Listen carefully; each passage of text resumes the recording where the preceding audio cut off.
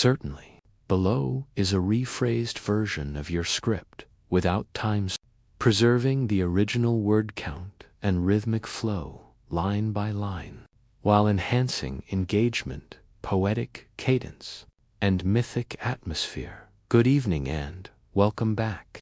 Tonight, we step into the hushed, enchanted realm of Greek mythology.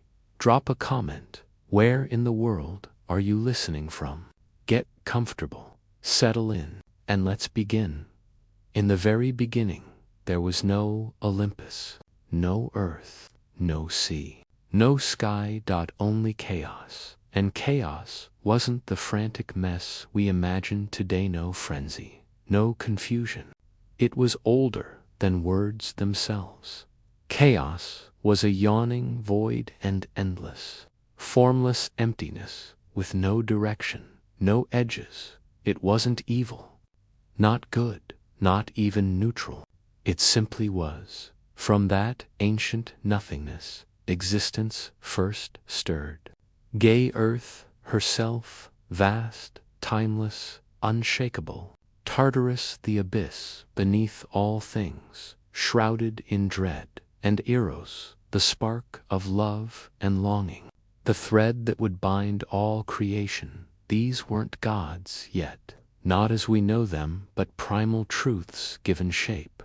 Then came Nyx, night herself, wrapped in shadows so deep even chaos drew back. She was followed by Erebus, the gloom of the underworld, who dwelled beside her in that first silence. From their union rose radiant air breathed only by gods and Hemra, day, destined from the start to chase her mother endlessly across the sky. And so began the dance of night and day, not through science, but through myth, a family of unseen titans lighting and dimming the heavens with every breath. Gaia, Earth, did not stay idle. Fertile and patient, she birthed Uranus, the star-strewn sky, her own son and her lover. When he arched over her, the world took its first shape, a dome of endless stars, cradling an unbroken,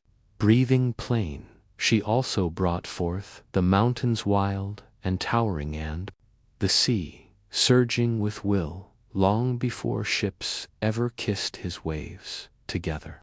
Earth and sky became the first great pair, and from their embrace came the Titans, 12 elemental beings, who ruled the cosmos before Zeus ever dreamed of lightning. 6 sons, Oceanus, the river that girdled the world. Hyperion, master of light. Zeus, the inquisitor. Crius, bearer of constellations. Iapetus, ancestor of humankind. And Cronus, youngest, sharpest, most cunning of them all. 6 daughters, they a mother of sun and moon. Rhea, hood-mother gods. Themis, embodiment of divine law. Mnemosyne, keeper of all memory. Phoebe, the radiant. And Tethys, the nurturing sea. But Gaia's womb held more than titans.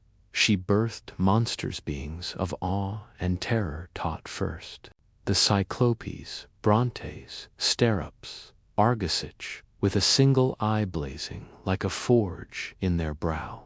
They shaped lightning, itself bold, simple, fearless. Then came the Hecatonchires, 100-handed giants, each with 50 heads and 100 arms, capable of shaking the world's foundations. Uranus, lord of the sky, trembled at their sight, ashamed and terrified by their raw power. He shoved them back into Gaia's womb, deep into Earth's hidden core, and sealed them away. Gaia groaned beneath their weight. The earth, once proud and life-giving, now ached with every breath, and in that agony she began to plot. But that's a tale for another night. For now, remember this: in the oldest age before law, before plow, Before sword the world was shaped not by hands, but by union, force, and grief. Chaos gave birth to form, but it was Gaia, the great mother, who gave them ground to stand upon. The marriage of Gaia and Uranus, earth and sky, was the cosmos's first sacred bond, not sealed by vows or witnesses, but by nature itself. Night after night, the sky pressed down upon the earth, his starry body enfolding her in an eternal embrace. From their union came the Titans and other mighty offspring, but also a deep, gathering sorrow. For Uranus, though vast and proud, was a jealous, fearful father. He saw not strength in Gaia's monstrous children, but threat. Disgusted by the Cyclopes and the 100-handed giants, he hurled them back into Gaia's womb, deep into Earth's dark belly, where no light touched, no voice echoed. Gaia cried out in pain, not just from their weight, but from betrayal. Her consort, the sky, should have cherished their children as she did. Yet night after night, Uranus descended. Oblivious to her suffering, she could bear it no longer. So from her own flesh she forged a weapon, not of bronze or iron, for such things hadn't yet been dreamed, but a sickle of jagged flint, sharp as truth, unyielding as vengeance. Then she went to her Titan sons, the firstborn, the strongest stand, laid bare her torment. "Your father has wronged me," she said. "He's caged your brothers. He's silenced the womb that bore you. Who among you will stand with me?" One by one, they turned away, afraid of their father's wrath. Only Cronus, the youngest, the cleverest, with watchful eyes and a quiet heart, stepped forward. "I will do it," he said. "Give me the blade." So Gaia set the trap. She waited for Uranus to descend, as he always did, to lay his starry body over hers in the dark. And from the shadows, Cronus sprang with steady hand and no hesitation. He drove the sickle down. Uranus screamed as the blade severed his power at its root. Cronus cast the bloody flesh into the sea, and from the crimson foam, something new rose. A being of impossible beauty, terrible and irresistible. From that white froth, Aphrodite, goddess of love and desire, would one day topple kings and burn empires. She stepped ashore in Cyprus, radiant, serene, untouched by the violence of her birth.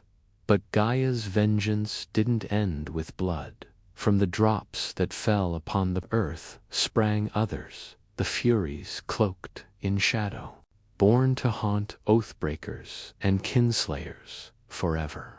The giants would one day rise against the gods themselves, and the Maliashtri nymphs, guardians of the wild and ancient ways. Uranus, wounded and dethroned, vanished into the heavens, but not before cursing his son. "Just as I was overthrown by my son, so too shall you be dethroned by yours."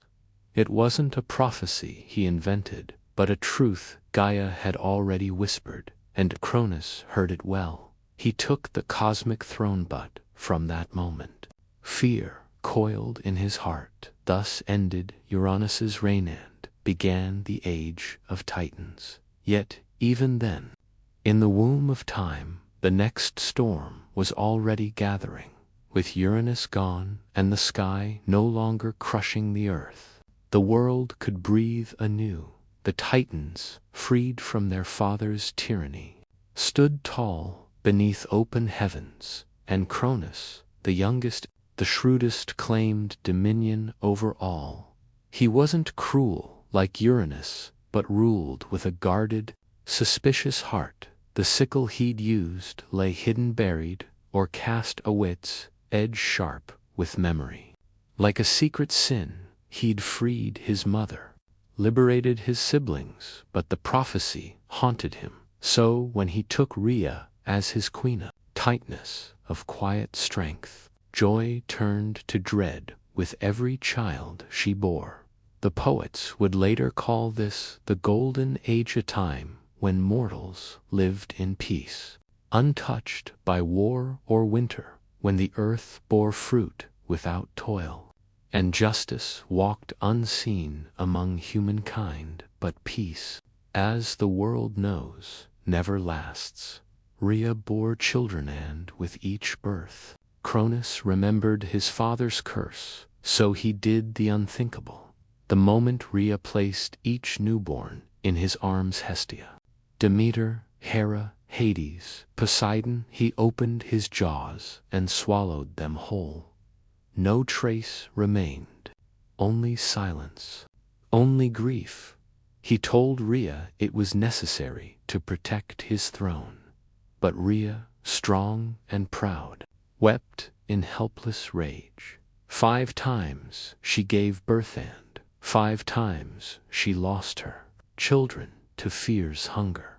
But the 6th time she refused to surrender. When she felt the child stir within her, she fled to Cretu, mountains that kissed the sky, caves that echoed with ancient power.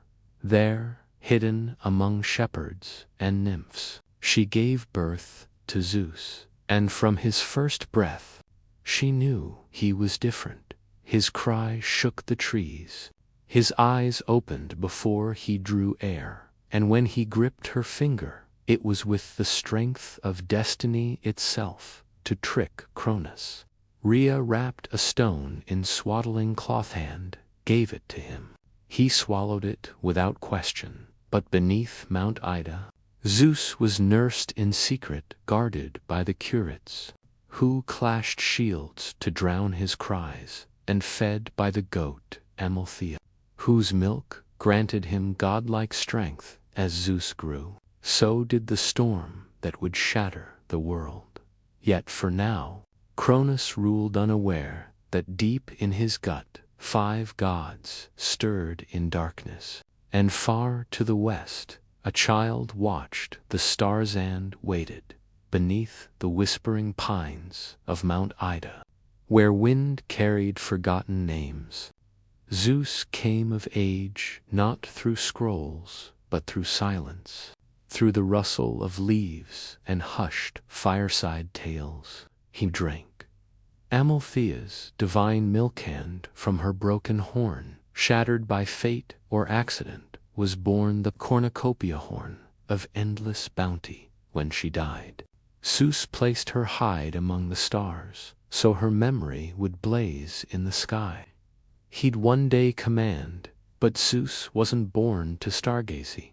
Prophecy burned in his blood, rebellion thrummed in his bones, and Gaia, watchful, stirred once more. She remembered Cronus's betrayal, her imprisoned sons, the Cyclopes, the Hecatoncheires, forgotten but not broken.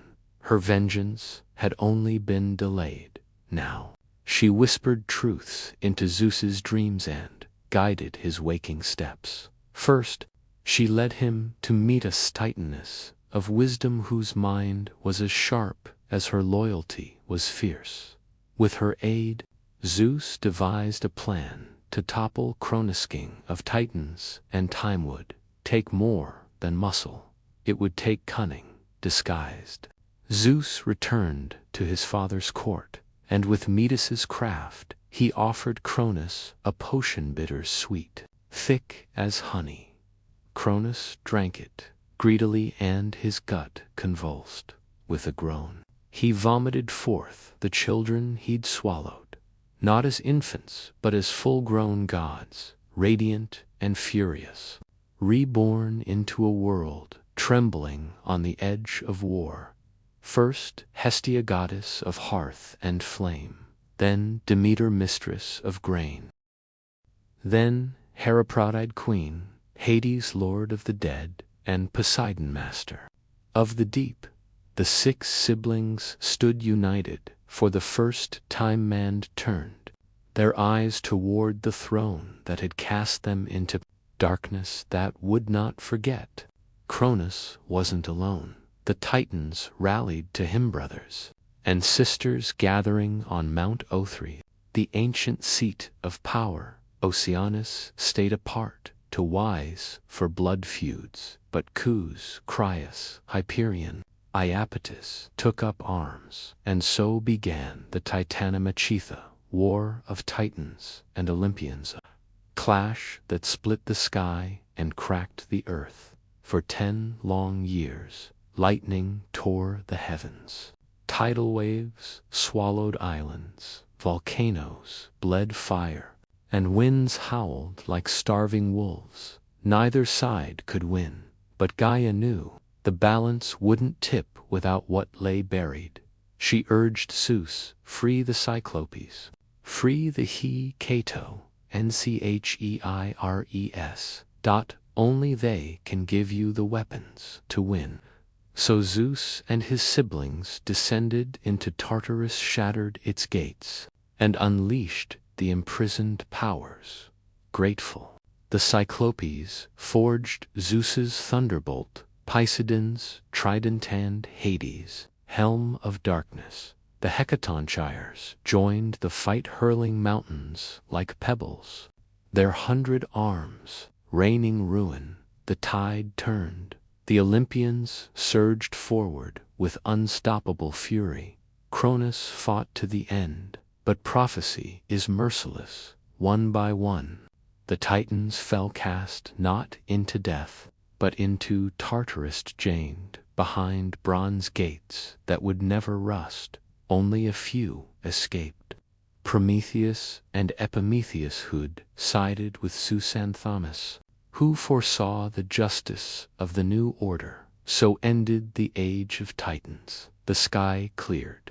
The world, scarred but breathing, began to heal, and Zeus by and fate claimed the throne.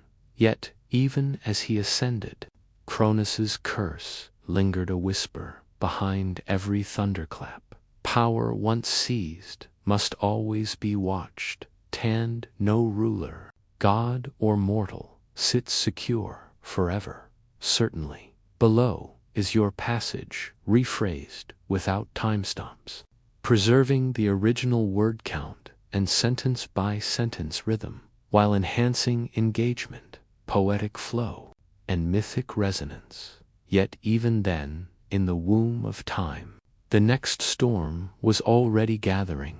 With Uranus gone and the sky no longer crushing the earth, the world could breathe anew. The Titans, freed from their father's tyranny, stood tall beneath open heavens, and Cronus the youngest, the shrewdest, claimed dominion over all. He wasn't cruel like Uranus, but ruled with a guarded, suspicious heart. The sickle he'd used lay hidden, buried, or cast away its edge, sharp with memory.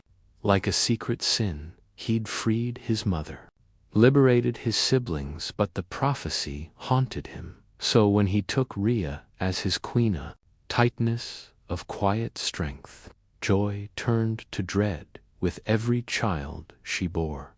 The poets would later call this the golden age, a time when mortals lived in peace, untouched by war or winter, when the earth bore fruit without toil, and justice walked unseen among humankind. But peace, as the world knows, never lasts. Rhea bore children, and with each birth, Cronus remembered his father's curse, so he did the unthinkable. The moment Rhea placed each newborn in his arms, Hestia, Demeter, Hera, Hades, Poseidon, he opened his jaws and swallowed them whole. No trace remained, only silence, only grief. He told Rhea it was necessary to protect his throne, but Rhea, strong and proud, wept in helpless rage. 5 times she gave birth, and 5 times she lost her children to fear's hunger. But the 6th time she refused to surrender. When she felt the child stir within her, she fled to Creot, 2 mountains that kissed the sky, caves that echoed with ancient power, there, hidden among shepherds and nymphs. She gave birth to Zeus, and from his first breath, she knew he was different. His cry shook the trees. His eyes opened before he drew air, and when he gripped her finger, it was with the strength of destiny itself to trick Cronus. Rhea wrapped a stone in swaddling cloth and gave it to him. He swallowed it without question, but beneath Mount Ida, Zeus was nursed in secret guarded, who clashed shields to drown his cries, and fed by the goat Amalthea, whose milk granted him godlike strength. As Zeus grew, so did the storm that would shatter the world. Yet for now, Cronus ruled unaware that deep in his gut 5 gods stirred in darkness. And far to the west, a child watched the stars and waited. Beneath the whispering pines of Mount Ida, where wind carried forgotten names, Zeus came of age not through scrolls, but through silence. Through the rustle of leaves and hushed fireside tales he drank. Amalthea's divine milk hand from her broken horn, shattered by fate or accident, was born the cornucopia horn of endless bounty. When she died, Zeus placed her hide among the stars, so her memory would blaze in the sky. He'd one day command, but Zeus wasn't born to stargazy. Prophecy burned in his blood. Rebellion thrummed in his bones, and Gaia, watchful, stirred once more. She remembered Cronus's betrayal, her imprisoned sons, the Cyclopes, the Hecatonchirus, forgotten but not broken. Her vengeance had only been delayed. Now, she whispered truths into Zeus's dreams and guided his waking steps. She led him to Metis, Titaness of wisdom, whose mind was as sharp as her loyalty was fierce. With her aid, Zeus devised a plan to topple Cronus, king of Titans, and time would take more than muscle. It would take cunning disguised. Zeus returned to his father's court, and with Metis's craft, he offered Cronus a potion bitter, thick as honey. Cronus drank it greedily, and his gut convulsed with a groan. He vomited forth the children he'd swallowed, not as infants, but as full-grown gods, radiant and furious, reborn into a world trembling on the edge of war. First Hestia, goddess of hearth and flame. Then Demeter, mistress of grain.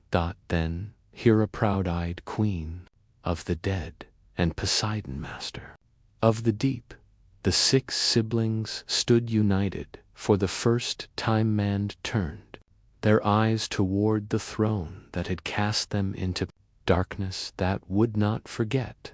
Cronus wasn't alone. The Titans rallied to him, brothers and sisters gathering on Mount Othrys, the ancient seat of power. Oceanus stayed apart, too wise for blood feuds, but Cus, Crius, Hyperion, Iapetus took up arms, and so began the Titanomachia, war of Titans and Olympians, a clash that split the sky and cracked the earth. For 10 long years, lightning tore the heavens.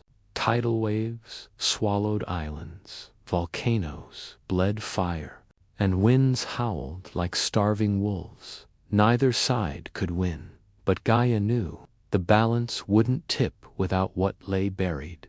She urged Zeus, free the Cyclopes, free the He-Cato, Ncheires.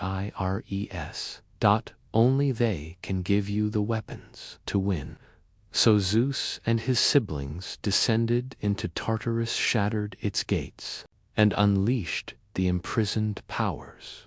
Grateful, the Cyclopes forged Zeus's thunderbolt, Poseidon's trident, and Hades' helm of darkness. The Hecatonchires joined the fight, hurling mountains like pebbles. Their 100 arms, raining ruin, the tide turned. The Olympians surged forward with unstoppable fury.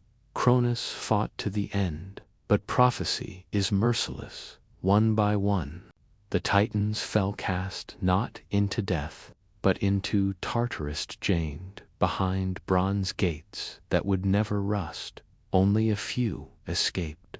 Prometheus and Epimetheus who'd sided with Susanthamus, who foresaw the justice of the new order. So ended the age of Titans. The sky cleared. The world, scarred but breathing, began to heal, and Zeus by and fate claimed the throne. Yet, even as he ascended, Cronus's curse lingered a whisper behind every thunderclap. Asterisk power once seized must always be watched, and no ruler, god or mortal, sits secure forever. Asterisk. When the war was over and the world lay quiet beneath the sky once more, the victors stood amidst the rubble of creation. The Titans were chained in the depths of Tartarus, their groans swallowed by that black abyss from which no echo returned. The old order had been broken, but with the storm of war ended, the gods faced a new challenge, perhaps greater than any battle to rule. For conquest may be won with fire and fury, but rule demands judgment, patience, and division. The world was wide and wild and filled with powers, both known and yet unnamed. It could not be held by one alone. Zeus, eldest among the gods now born again, stood at the center of this new age. Though not the firstborn, he was first in might, first in cunning, and first to move when action was demanded. But the old laws, carved not on stone, but into the bones of the cosmos itself, did not grant him sole dominion. He had 2 brothers, both tempered by war and made strong in their own right: Poseidon, who had driven the sea to foam in his wrath, and Hades, who had worn the helm of darkness and moved unseen through battlefield and cavern alike. They too had shed blood, taken risks, and suffered loss. The throne of the cosmos could not belong to Zeus alone, lest the seeds of war be sown anew, this time among brothers. And so the 3 gathered: Zeus, Poseidon, Hades, and cast lots to divide the realms of the world, not through bickering or force, but by fate itself did the dice fall. This was no child's game. The casting of lots was sacred, guided by the same power that had spoken through Gia's whispersand, shaped the course of the Titanomachy. They threw the bones and waited. When they landed, the world was drawn into 3 great dominions. To Zeus fell the sky, the broad heavens, the air between stars and peaks. He became lord of thunder and rain, master of storm and cloud, and the undisputed king of Olympus. His voice would echo in Thunderclaps.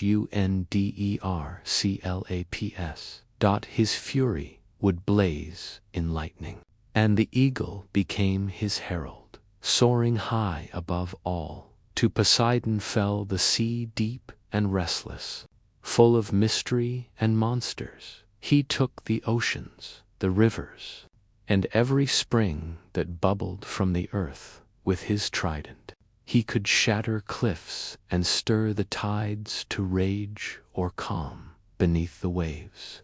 He built a palace of coral and gold, and there he ruled, not only over fish and current, but over creatures older than time: sea serpents, leviathans, and things whose names had never been spoken aloud. To Hades fell the underworld, the land of the dead.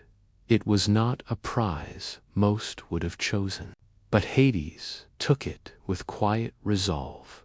He ruled the shadowed realm with stern dignity, his kingdom hidden Beneath the earth, where the sun did not shine, there he became master of the shades, the judge of mortal souls, and guardian of wealth hidden in the deep gems metals, and secrets lost to time, though men feared his name and whispered it only when necessary.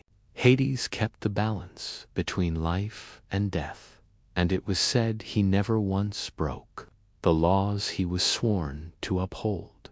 The earth itself, Gaia's own flesh, was left as a common realm, shared by all.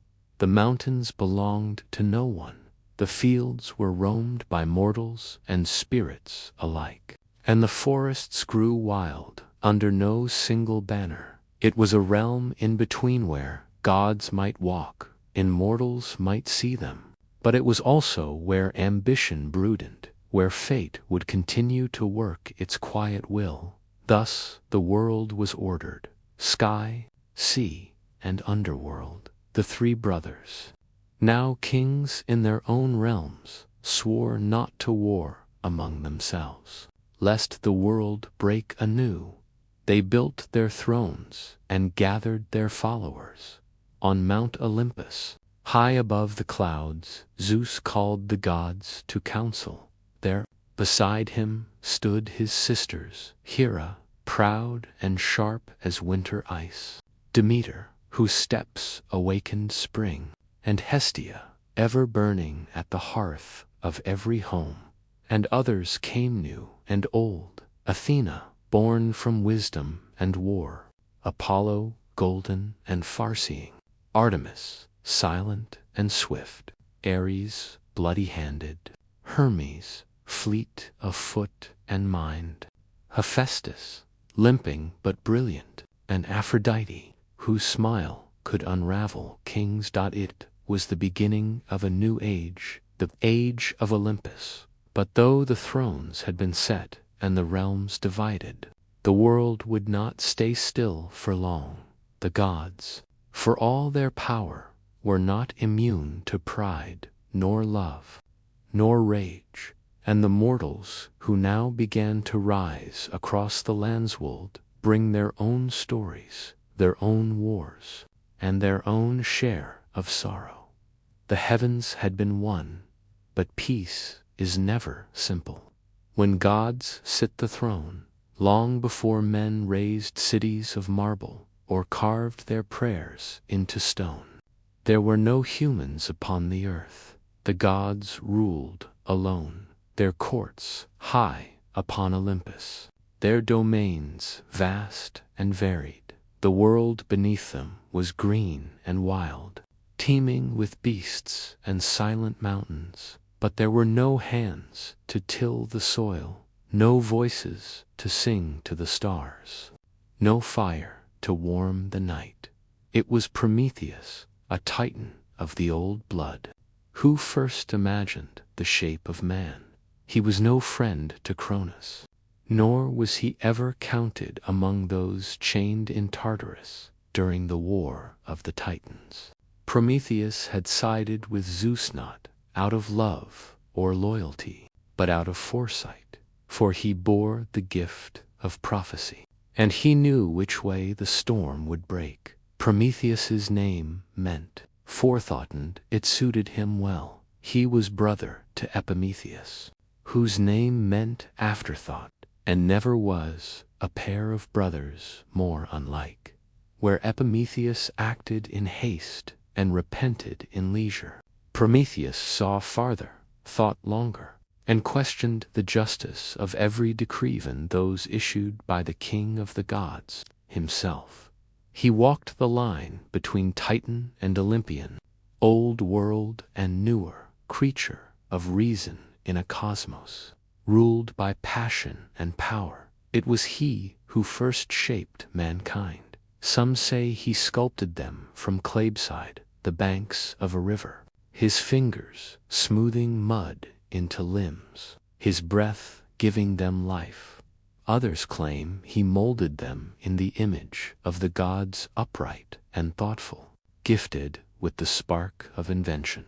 But, however it happened, the first men were maiden, they were weak, soft of skin, slow of foot, lacking fur and fire. They were naked beneath the sky, trembling in winter, defenseless against the beasts of the world.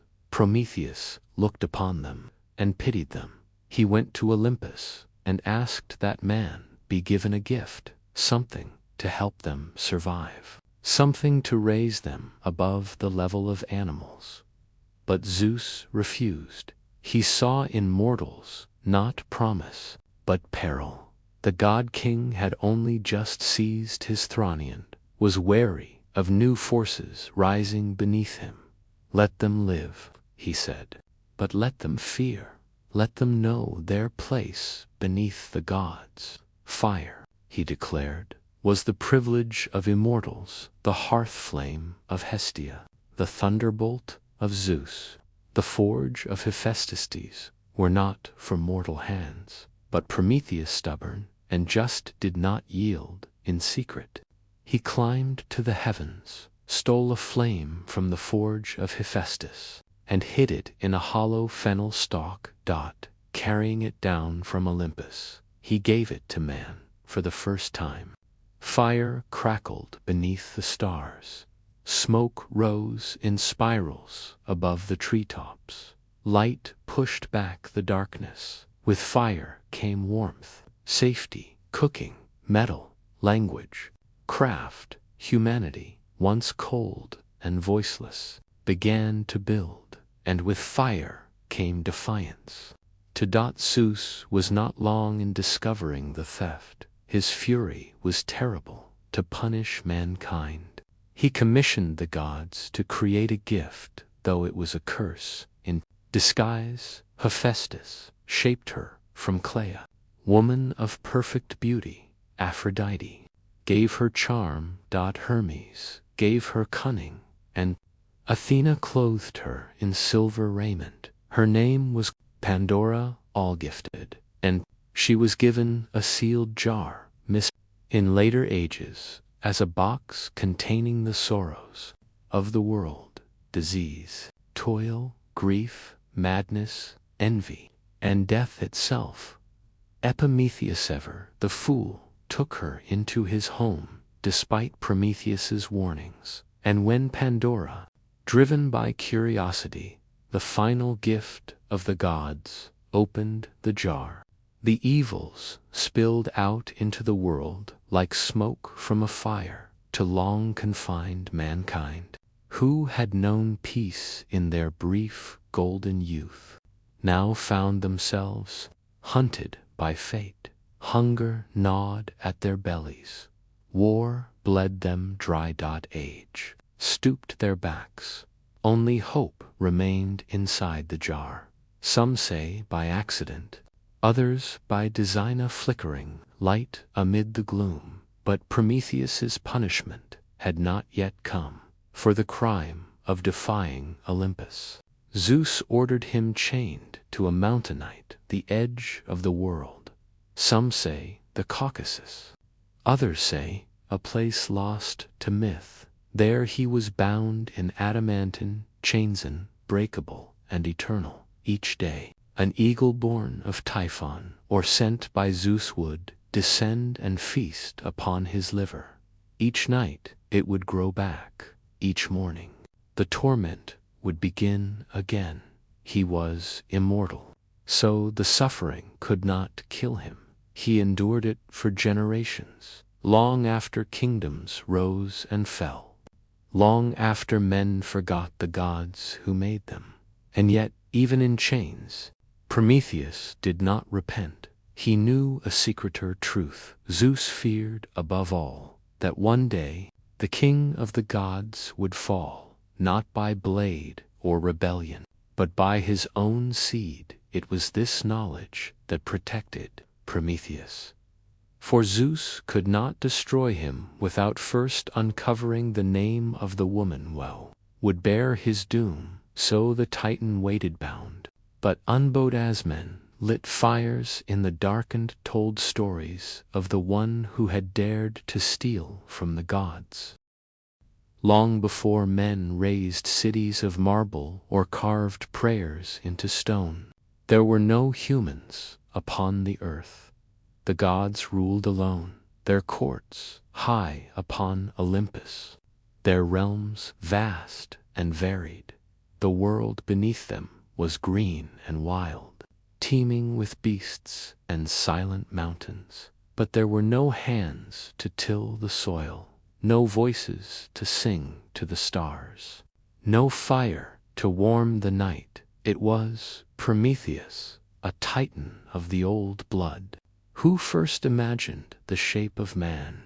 He was no friend to Cronus, nor was he ever counted among those chained in Tartarus during the War of the Titans. Prometheus had sided with Zeus not out of love or loyalty, but foresight, for he bore the gift of prophecy, and he knew which way the storm would break. His name meant forethought, and it suited him well. He was brother to Epimetheus, whose name meant afterthought, and never was a pair of brothers more unlike, where Epimetheus acted in haste and repented in leisure. Prometheus saw farther, thought longer, and questioned the justice of every decreven, those issued by the king of the gods himself. He walked the line between Titan and Olympian, old world and newer creature of reason in a cosmos ruled by passion and power. It was he who first shaped mankind. Some say he sculpted them from claybeside, the banks of a river, his fingers smoothing mud into limbs, his breath giving them life. Others claim he molded them in the image of the gods, upright and thoughtful, gifted with the spark of invention. But however it happened, the first men were maidened. They were weak, soft of skin, slow of foot, clawless, fangless, lacking fur and fire. They were naked beneath the sky, trembling in winter, defenseless against the beasts of the world. Prometheus looked upon them and pitied them. He went to Olympus and asked that man be given a gift, something to help them survive, something to raise them above the level of animals. But Zeus refused. He saw in mortals not promise, but peril. The god king had only just seized his throne and was wary of new forces rising beneath him. Let them live, he said, but let them fear.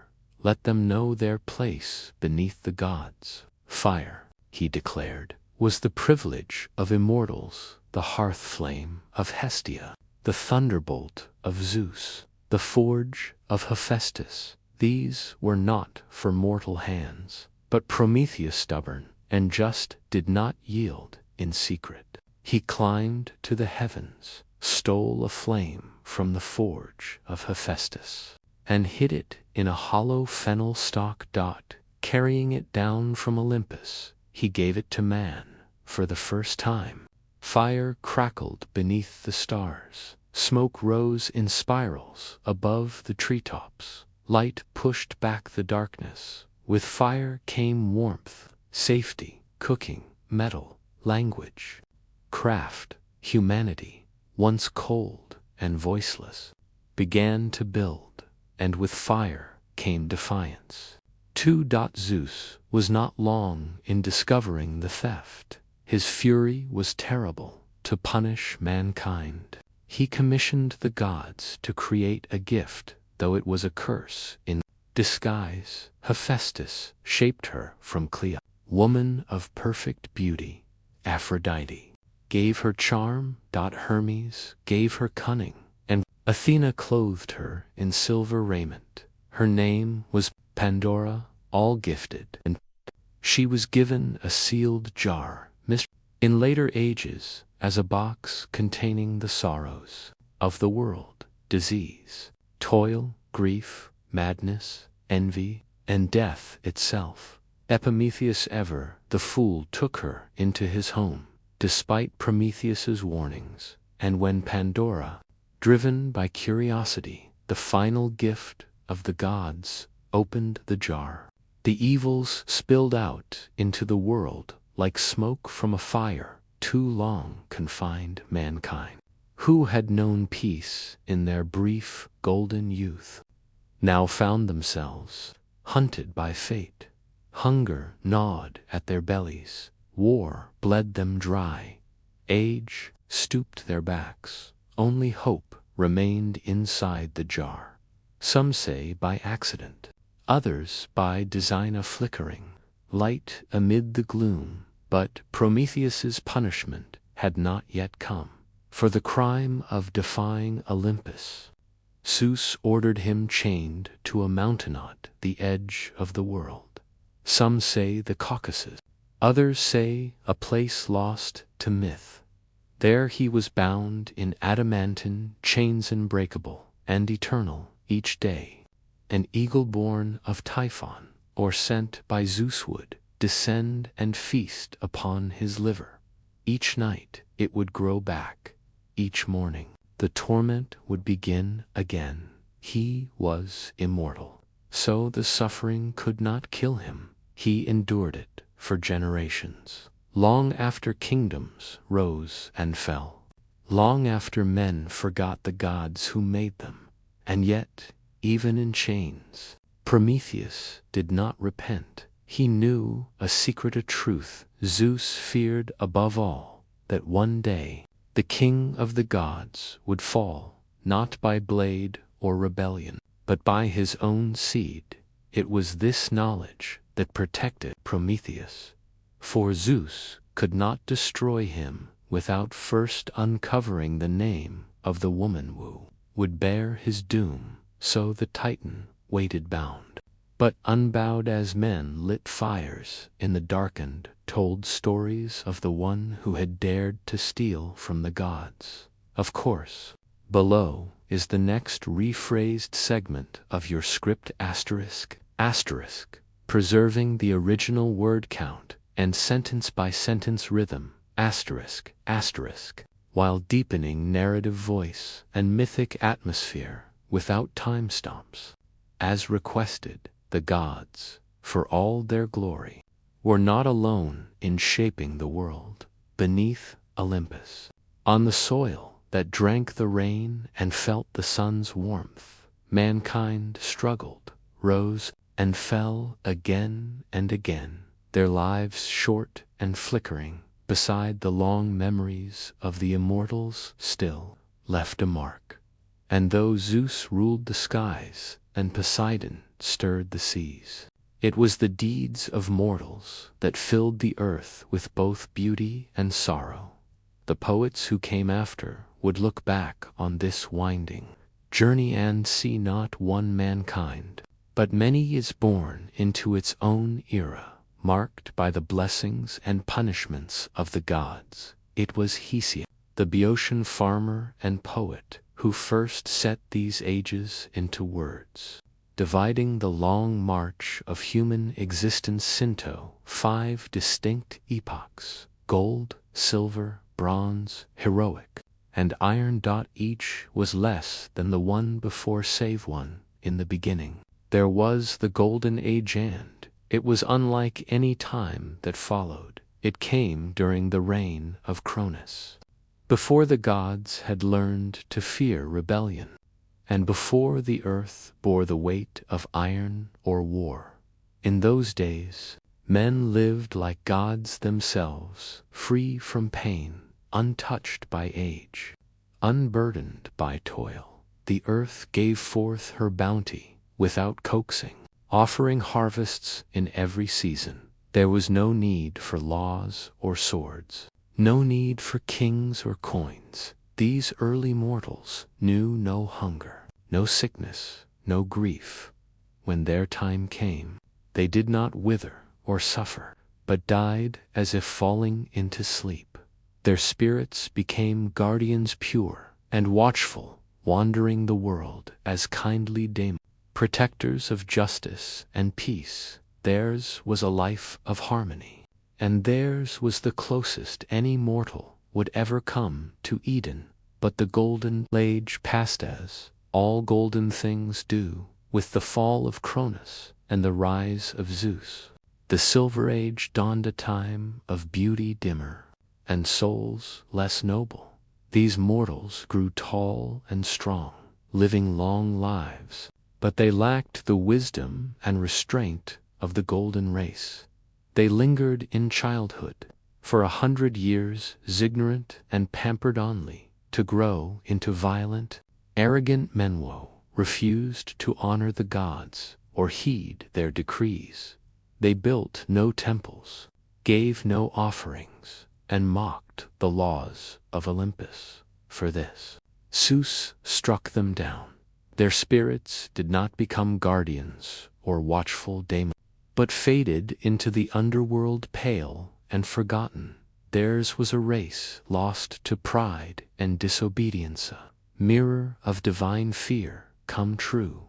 Then came the Bronze Age, born of ash trees, the same wood used for spears and shields. These were not gentle men, they were creatures of war, mighty and hard. Their very flesh, it was said, was forged from bronze. Their homes were bronze, their tools were bronze, their hearts seemed cast from the same metal. They lived for battle and died by it, sowing the world with blood and ashdod. They were terrible to behold, but not evil, only driven by the rhythm of war, drums and the clash of arms. They built no cities, wrote no poems, carved no statues. When they died, they left little behind but shattered swords and empty fields. Even the gods did not mourn their passing. They sank into Hades, without echo or prayer. Yet not all decline is steady. From the blood and smoke of the Bronze Age, rosy, brief, and brilliant light, the heroic age, a time unlike any other. It was not part of the descent, but an interlude of glory before the fall. These mortals were greater than those who came before or after. They were the demigods, sons and daughters of gods and men. They built cities, sailed seas, and carved their names into the memory of the world. This was the age of Perseus and Heracles, of Theseus and Atalanta, of Jason and the Argonauts, of Hector and Achilles and Odysseus. They fought great wars against monsters, against foreign kings, and finally against each other at Troy. Many died young, and many more died forgotten, but their stories lingered, carried in song and stone, in epics and prayers. Some were granted a place in the Isles of the Blessed, far beyond ocean's edge, where heroes dwell in peace and sunlight forever. The heroic age did not last, but while it burned, it lit the world. And then came the age that Hesiod called his own, the Iron Age, where we still dwell. This is a time of sorrow and toil, a world grown old and heavy. Men now labor from dawn to dusk, planting seeds in bitter soil, raising children amid war and famine, growing old with pain and fear. In the Iron Age, bonds break easily between friends, between kin, between guest and host. Justice, once tall and golden, now walks with her eyes averted. Lies are many, oaths are cheap, and the gods, if they still watch, do so in silence. In this age, mortals build towers but forget their ancestors. They chase gold and power and cut down the forests that fed them. It is an age of struggle, and it is said that one day even this will pass. One day, the gods will turn their backs entirely. One day, Zeus will cast down his thunderbolt, and humankind will vanish like smoke on the wind. Yet for all that, the Iron Age endures. Men still build, still hope, still tell stories of a time when mortals were golden and gods walked among them. And perhaps that hope, fragile though it is, the one gift Zeus did not take back when Pandora opened the jar, of course. Below is the next segment of your Greek mythology script, faithfully preserving the original word count and sentence-by-sentence rhythm, while heightening language, emotional texture, and mythic resonance without timestamps, as requested.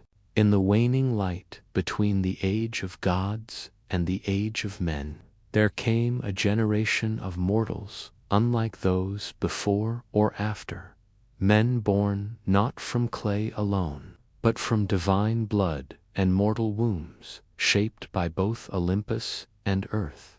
These were the heroes. Their lives were brief, their fates often cruel, but their names would echo through time like the rumble of a distant storm.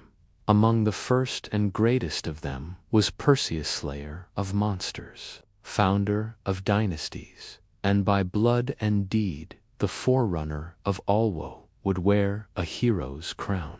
Perseus's tale begins not in battle, but in prophecy and fear.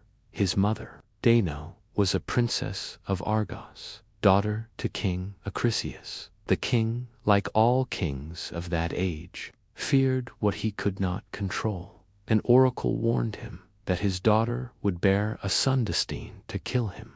Such prophecies in myth, as in life, cannot be bribed or reasoned with. So Acrisius did what kings so often do faced with a truth they fear. He sought to destroy the cause. He locked Dano in a tower of bronze beneath the earthy room, sealed against time and men alike.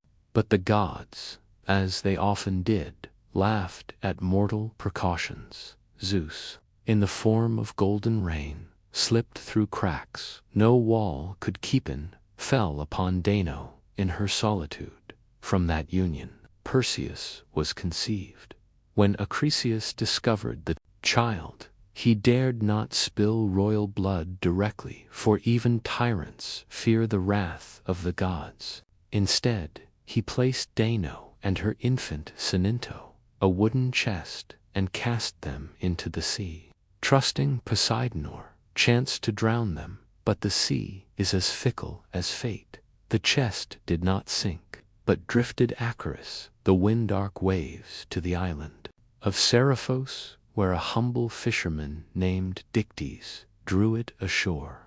He took them in, raised Perseus as his own, and in time the boy grew tall and strong, with the bearing of kings and the eyes of storms.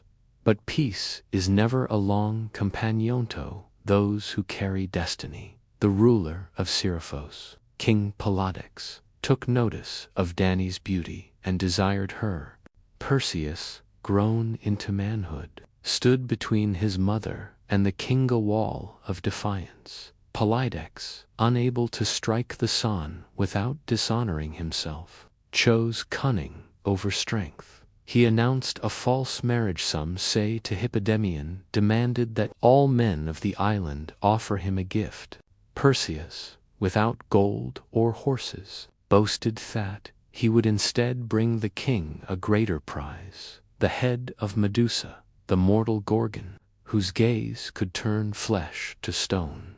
The task was cruel, and Pylades knew it. No man who had sought Medusa had ever returned.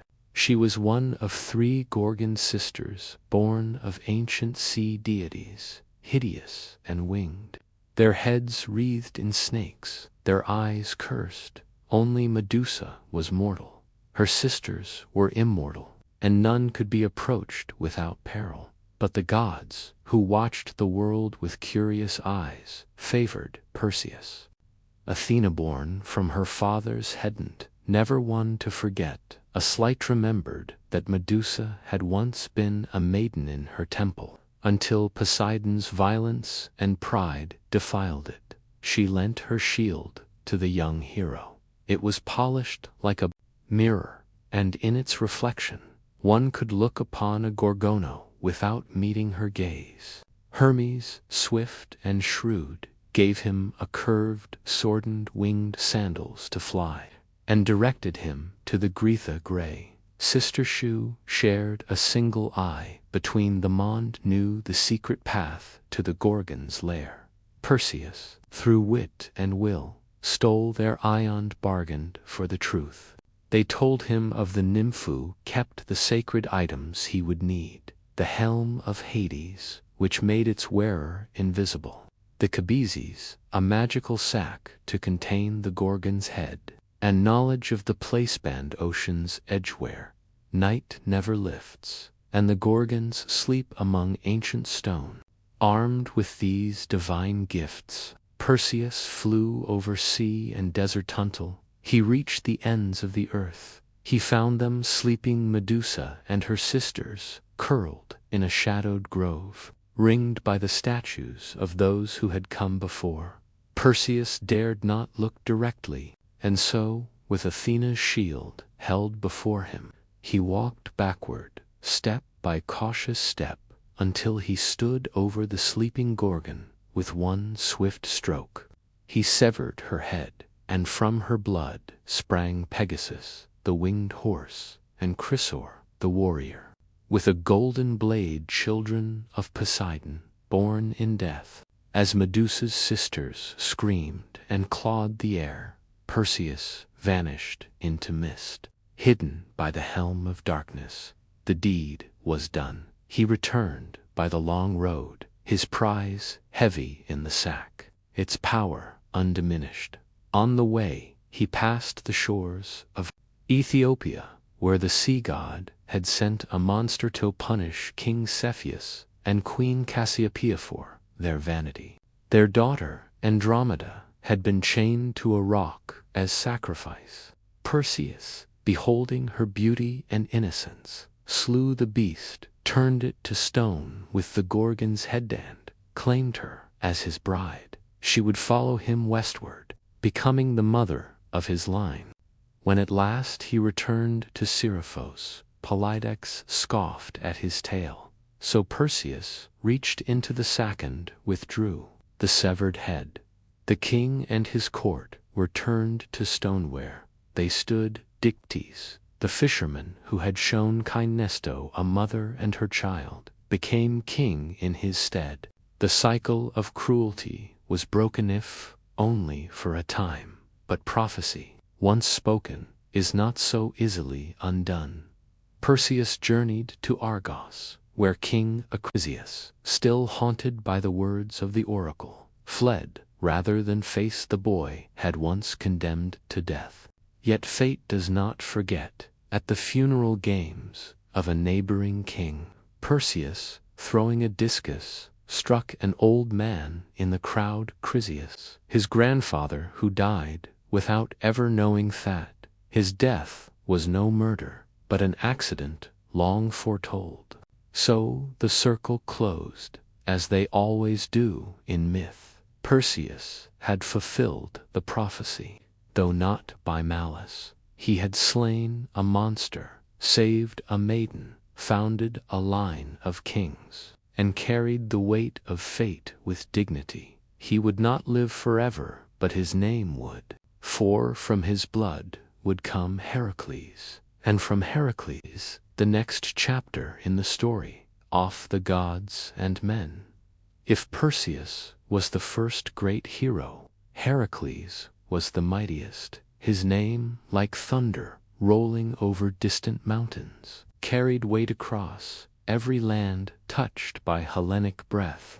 He was not merely strong, he was larger than life itself, straddling the border between man and God, joy and grief, triumph and tragedy. He was the great-grandson of Perseus, a son of Argos, and a son of Zeus. Though the gods would bless him with strength, they would curse him with suffering. His birth was itself a trick of time.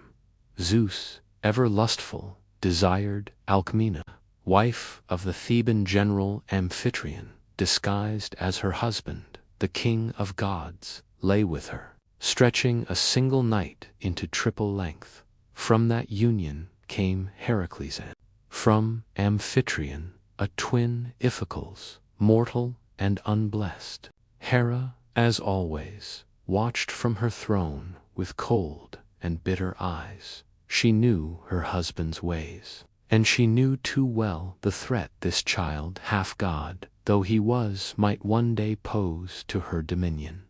Even in the cradle, Heracles bore the mark of the divine. Hera, seeking to destroy him early, sent 2 serpents into the nursery to strangle the infant.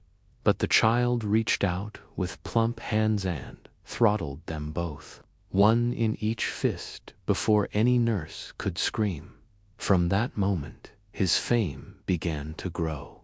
As a youth, he trained in all the arts befitting a nobleman: music, archery, wrestling, chariot driving. Yet there was something wild in him, a restlessness of soul no lyre or tutor could tame. Manhood brought him both love and ruin. He married Megara, daughter of the Theban king Creon, and for a time lived in peace, fathering sons and defending his city. But Hera had not forgotten. In a fit of divine wrath, she clouded Heracles' mind with madness. Raging through his own halls, he slew his wife and children with the same hand that had once cradled them. When the madness passed and his vision cleared, he beheld the blood and ruin of his own house. His cries reached Olympus, but no god answered. To atone, he sought out the oracle at Delphi. The Pythia, speaking in riddles, told him must submit to the will of Eurystheus, king of tyrants, his cousin, lesser in strength, but greater in fate. Only through servitude, through suffering, could Heracles earn redemption. Thus began the 12 labors deeds, so great and terrible that even the gods took notice. The first labor was to slay the Nemean lion, a beast whose golden hide could not be pierced by mortal weapons.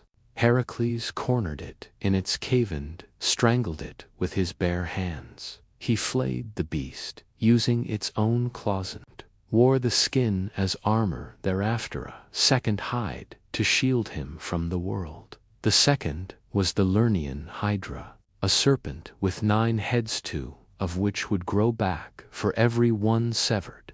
Heracles battled it in the swamps, aided by his nephew Elaus, who seared the stumps as they were cut. From the last head, mortal and venomous, Heracles harvested its ichorond, dipped his arrows in it, making them deadly even to gods. The third labor was the capture of the Cyrenian hind, a golden-horned deer sacred to Artemis. Heracles chased it for a year across hills and rivers, bore, gently capturing it alive, earning the goddess's reluctant approval. The fourth labor led him to the Erymanthian boar, a monstrous beast of the wild. He wrestled it in the snow-covered heights of Arcadia and dragged it back to Tiryns bound in chains, laughing as Eurystheus hid in terror inside a bronze jar. The fifth task was less glorious: to clean the Augean stables home to thousands of cattle. Untouched by broom or shovel for decades, Heracles, ever the problem-solver, diverted rivers to wash away the filth in a single day.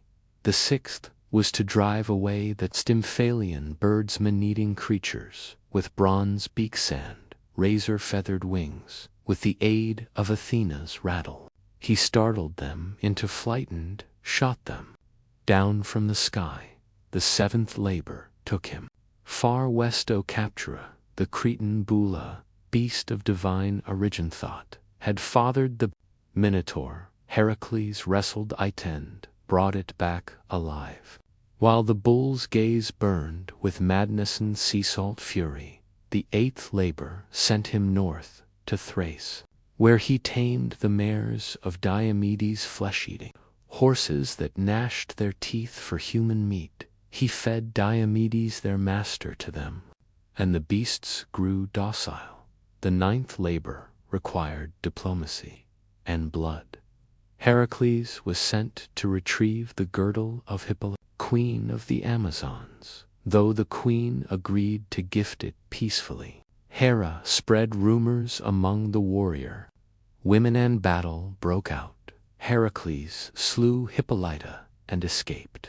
With the belt, the 10th led him to the edge of the known world to Erythea, where he stole the cattle of a triple-bodied giant. He built the pillars of Heracles at the Strait of Gibraltar and fought the giant, his herdsman, and his hound, all at once, before driving the red cattle back across continents. But Eurystheus declared to Labor's invalid, claiming Iolaus had helped with the Hydra, and Rivers with the stables. 2 more were required. The 11th was to steal the golden Apelceph, the Hesperides guarded by nymph sand, a dragon coiled around the tree's base. Heracles tricked Atlas, the sky-bearer, into retrieving the apples while he held the heavens. When Atlas tried to leave him the burden, Heracles asked for a moment to adjust his cloak and took back the sky while fleeing with the fruit. The 12th and final labor was the most harrowing, to descend into Hades, its sylphid bring back Cerberus, the 3-headed hound. Armed with nothing but his strength, Heracles journeyed to the underworld, presented himself before Hades, and with the gods' grim permission wrestled Cerberus into submission, leading the beast, snarling and frothing, into the land of the living. With that final labor, his redemption was won. Yet Heracles' life was not yet at peace. He fought more battles, took new wives, and fathered many children, but Hera's hatred endured. It was not blade or monster that killed him, but the poisoned blood of the centaur Nessus, smeared upon a tunic gifted by his wife Deianira, who believed it a love charm. As the poison burned through his flesh, Heracles built his own pyre on Mount Oeta. No mortal dared light it until Philoctetes, a simple shepherd, stepped forward. For that, he was given the hero's bow. Heracles was consumed by flame, but in death he was reborn. Zeus lifted him to Olympus, where he was granted immortality and married to Hebe, goddess of youth. He became not just a hero, but a god. His labors, born of grief and guilt, became the very measure of heroism. Where others were remembered in story, Heracles was remembered in shrines, in games, and in the hearts of men who, though mortal, dared to dream of greatness.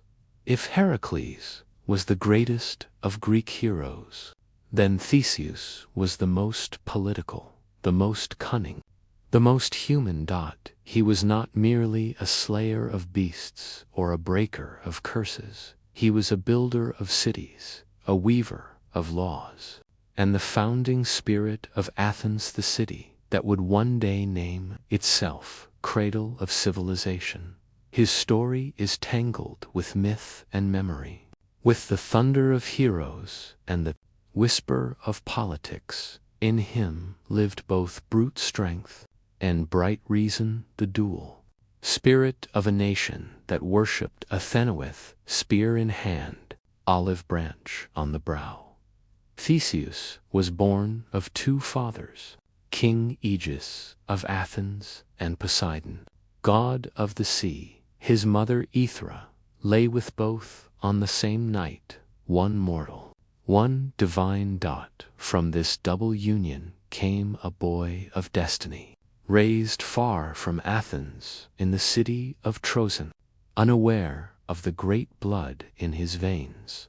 Before leaving, Aegeus had hidden a sword and sandals beneath a heavy stone, telling Aethra that when the boy was strong enough to lift it, he would be ready to claim his birthright. In time, Theseus grew tall and sharpened, restless in his limbs and mind, at 16. He moved the stone with a grunt and a grin, and took up his father's tokens.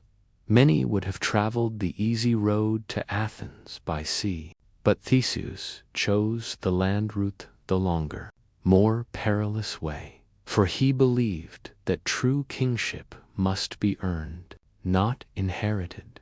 And so began the 6 labors of Theseus, not vast, godlike trials like Heracles, but earthy and intimate, each a monster of the road, a terror to the common man.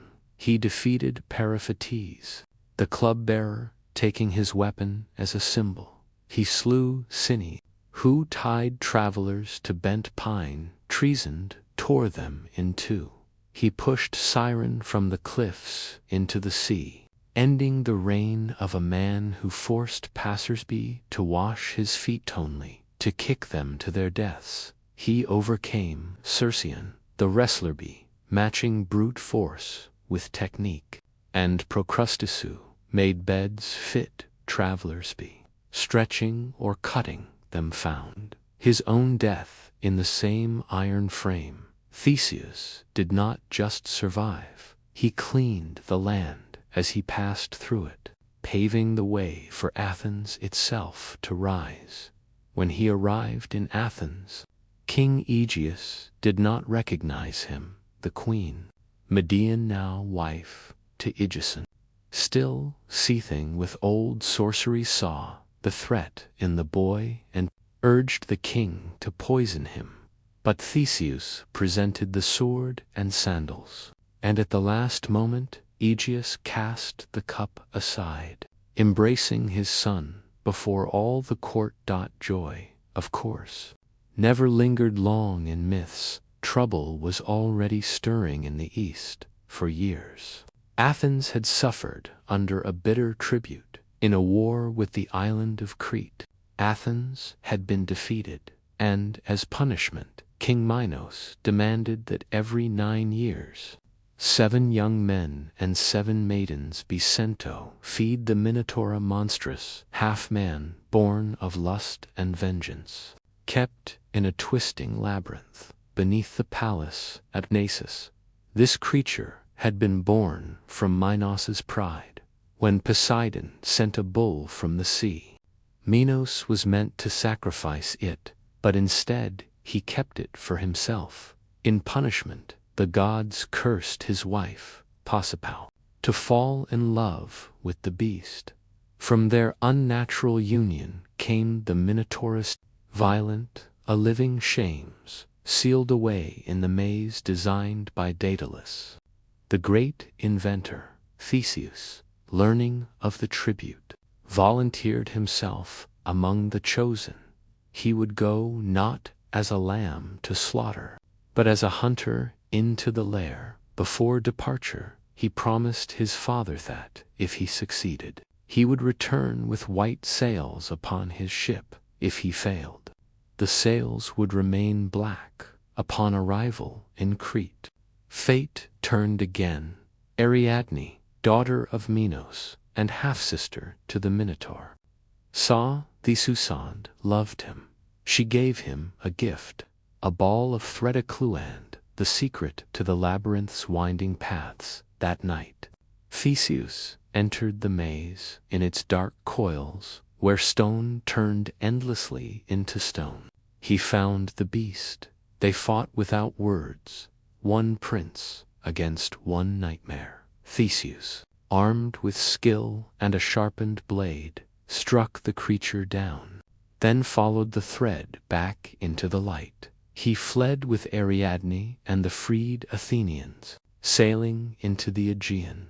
Yet love in Greek stories is never simple. On the island of Naxos, Theseus abandoned Ariadne. Some say Dionysus claimed her for his own. Others say Theseus feared what a Cretan bride might mean for Athenian throne. She woke alone and wept beneath unfamiliar stars. Theseus continued home, but in his sorrow or forgetfulness, he failed to change the sails. From the cliffs of Athens King Aegeus saw black on the horizon and believed his son dead. He leaped into the sea which still bears his name, the Aegean, now king. Theseus did not rest. He unified Attica region around Athens, binding its villages into one city-state. He established festivals and games, temples and laws. He was a hero of governance as much as of combat. He ventured again and again into myth, fighting alongside Heracles against the Amazons, journeying to the underworld with Pirithous' reckless friend to steal Persephone herself from Hades. That journey ended in failure. Pirithous was swallowed by the earth, and Theseus was trapped upon the chair of forgetfulness, his memory eroded by the air of death. Only Heracles, on his own journey, tore him free. But time, as ever, turns in the end. The Athenians, tired of kings and haunted by new heroes and new philosophies, drove Theseus into exile. He fled to the island of Sk, where he was betrayed by a jealous king and cast from a cliff. His bones would later be retrieved by the Athenians and buried in honor. But at the time of his death, he was alone, no crowd, no crown, no chorus, and yet his legacy endured. Where Heracles symbolized the strength of the body, Theseus embodied the strength of the polis city, the law. The people bound by more than blood, Athens, would rise on his shoulders, and though it would worship Athena, it would remember the king who built its bones. Certainly. Below is the next segment of your rephrased Greek mythology, script asterisk, faithfully matching the original word count and sentence-by-sentence rhythm, asterisk, while heightening imagery, emotional depth, and mythic gravity without time, as requested. Long before Troy burned, and long after the Titans fell, there came a voyage unlike any other, a quest that crossed continents and gods, bound heroes into brotherhood, and ended in betrayal and exile. It was a tale of dragons and oaths, of kings usurped and thrones reclaimed, and at the center of it all was Jasana, prince, exiled in childhood, a hero groomed not by war or prophecy, but by the slow, smoldering fire of vengeance. His tale began in a coastal kingdom in Thessaly. Jason's father, Aeson, had been usurped by his own brother, Palisa, man who worshipped no law but power, fearing the boy who might one day rise against him.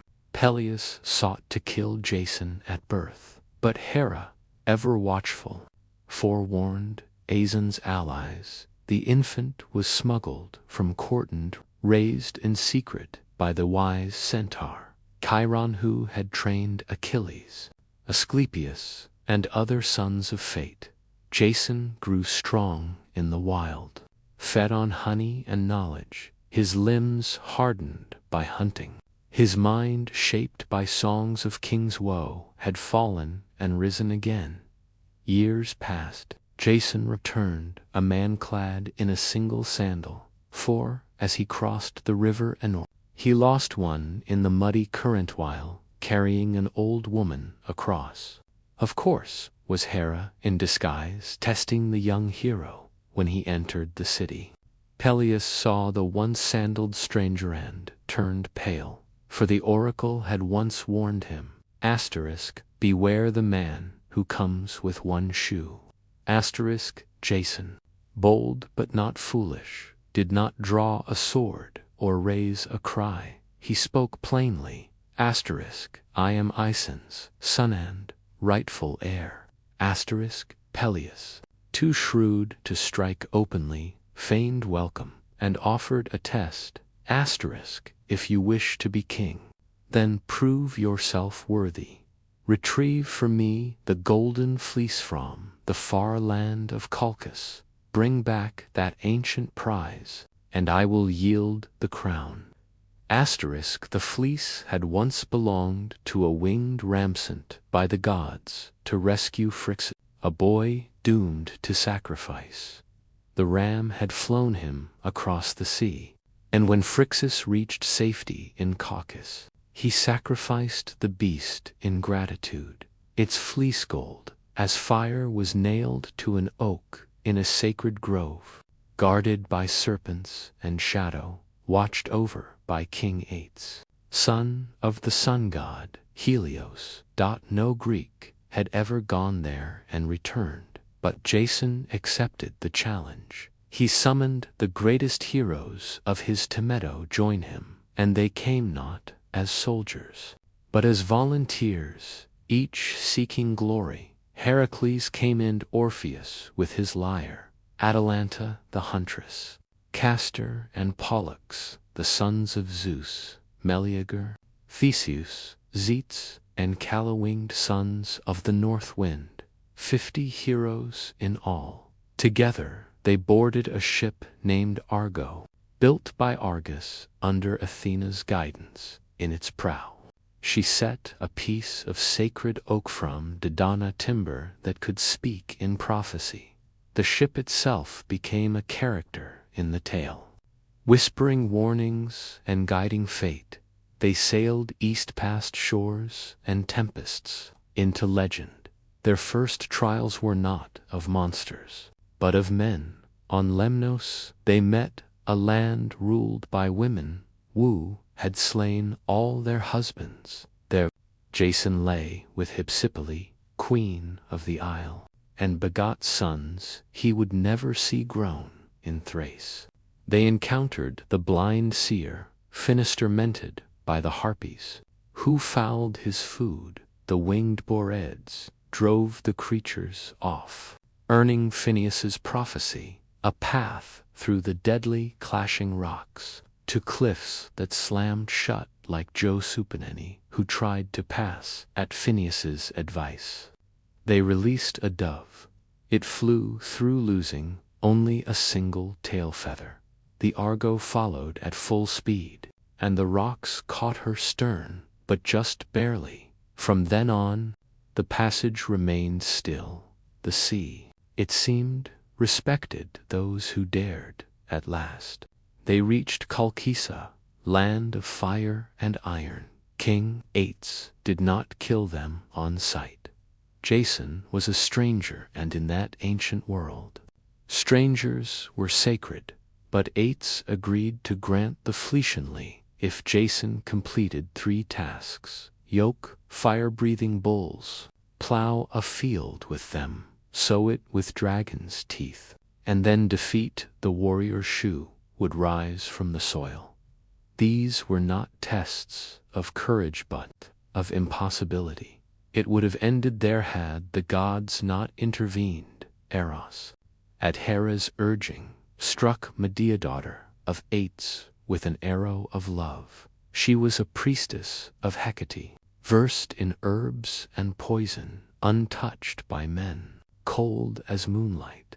But at the sight of Jason, her heart betrayed her. She gave him a potion to shield him from flame, taught him to hurl a stone among the earthborn warrior so they would turn on one another, and at last led him to the fleece itself, guarded by a serpent that never slept. Medea sang spells, and the beast sank into slumber. Jason seized the fleece, brilliant and soft as molten gold, and fled with Medea into the dark. Ates pursued them with ships, but the lovers had bought time with blood. Medea had taken her young brother, Absyrtus, cut him into pieces, and scattered them in the sea, forcing her father to stoop and gather the limbs for burial. The Argo slipped a wasting by crime and magic. Their return was a wandering past Scylla and Charybdis, through lands of danger and delay. At length they returned to Iolcus, but Peleus refused to yield the crown. Medea, in vengeance, tricked his daughter Sinto, cutting him to piece, sand-boiling him alive, claiming it was a spell of rejuvenation. Horrified, the people rose up.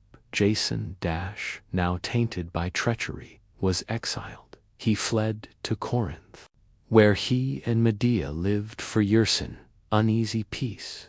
Caste Medea Azadin chose a Corinthian princess for marriage. Medea, wronged and vengeful, unleashed a fury no man could endure. She poisoned the bride's gown, burning her to a shand, murdered her own sons by Jason. Then she fled, carried away in a chariot drawn by dragons, a gift from her grandfather Helios. Jason, broken, returned to Iolcus. In his final days, he wandered among ruins, forgotten. One day, resting beneath the Argo, now dry-docked and decaying abeam, broke Lucined, struck his skull. So passed the great hero, not in battle, not in glory, but in silence, beneath the bones of his past.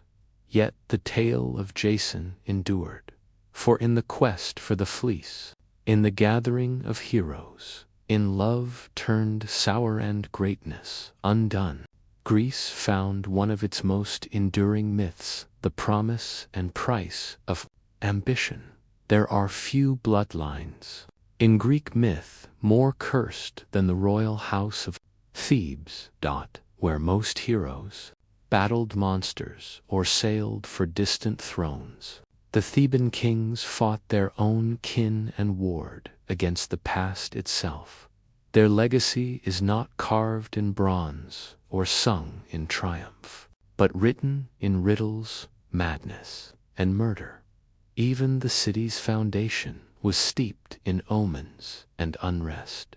Thebes began with a quest. Cadmus, a Phoenician prince and brother to Europa, set out to find his sister after Zeus abducted her in the guise of a white bull. Unable to recover her, Cadmus sought guidance from the oracle at Delphi, who told him to abandon his search and instead follow a cow until it lay down. There he was, to found a city, obedient. He wandered until the beast collapsed upon a hill. But when Cadmus sent his companions for water, they met their deaths at the hands of a serpent sacred to Ares, guarding a spring. Cadmus slew the serpent himself, and at Athena's bidding, sowed its teeth into the soil. From the earth sprang armed warriors, or sown men who turned on one another, until only 5 remained. These 5 became the noble families of Thebes, and Cadmus their king. But the slaying of Ares' serpent drew divine wrath. Cadmus served the war god for 8 years in penance. He married Harmonia, daughter of Ares and Aphrodite, and the gods themselves came to their wedding. The couple received a cursed necklace forged by Hephaestus, thing of beauty that would bring ruin to all who wore it. And so the doom of Thebes began, not in hatred, but in celebration. Cursed by beauty and blood, generations passed. Cadmus's daughters would meet cruel fates. Ino went mad and threw her child into the sea. Son of Otanu was torn apart by his own hounds after glimpsing Artemis bathing Semele. Beloved by Zeus, was tricked by Hera into demanding that he reveal his true form and died in flame. And a god, in a frenzy of Dionysian madness, tore her own son, Pentheus, limb from limb, believing him to be a lion. But it was through Cadmus's great-great-grandson, Laius, that the true tragedy would unfold. Laius became king of Thebes and took Jocasta, queen. Yet the gods had not forgiven. The line of Cadmus. An oracle came, If Laius ever had a son, that child would kill his father and marry his mother. As in all Greek stories, the warning was not enough to prevent the sin. Laius lay with Jocasta, and a son was born. Terrified, Laius ordered the infant's ankles pierced and bound, then gave him to a servant to be abandoned on Mount Cithaeron. But the servant, pitying the child, passed him to a shepherd, who in turn delivered him to the king and queen of Corinth, Polybus and Merope, who were childless, and welcomed the boy as their own. They named him Oedipus, swollen-foot, and never told him the truth of his blood. Grew into a clever and proud young man, but rumors of his birth reached him. Seeking truth, he journeyed to Delphi, where the oracle gave him the same prophecy once spoken to Laius, that he would kill his father and marry his mother. Horrified and believing Polybus and Merope to be his true parents, Oedipus fled Corinth, unwittingly running toward his fate on the road. At a crossroads near Delphi, he encountered a stranger, old, proud, and imperious. A quarrel broke out over the right of passage, and in the heat of rage, Oedipus slew the man and his attendants, never knowing he had just killed his true father Laius.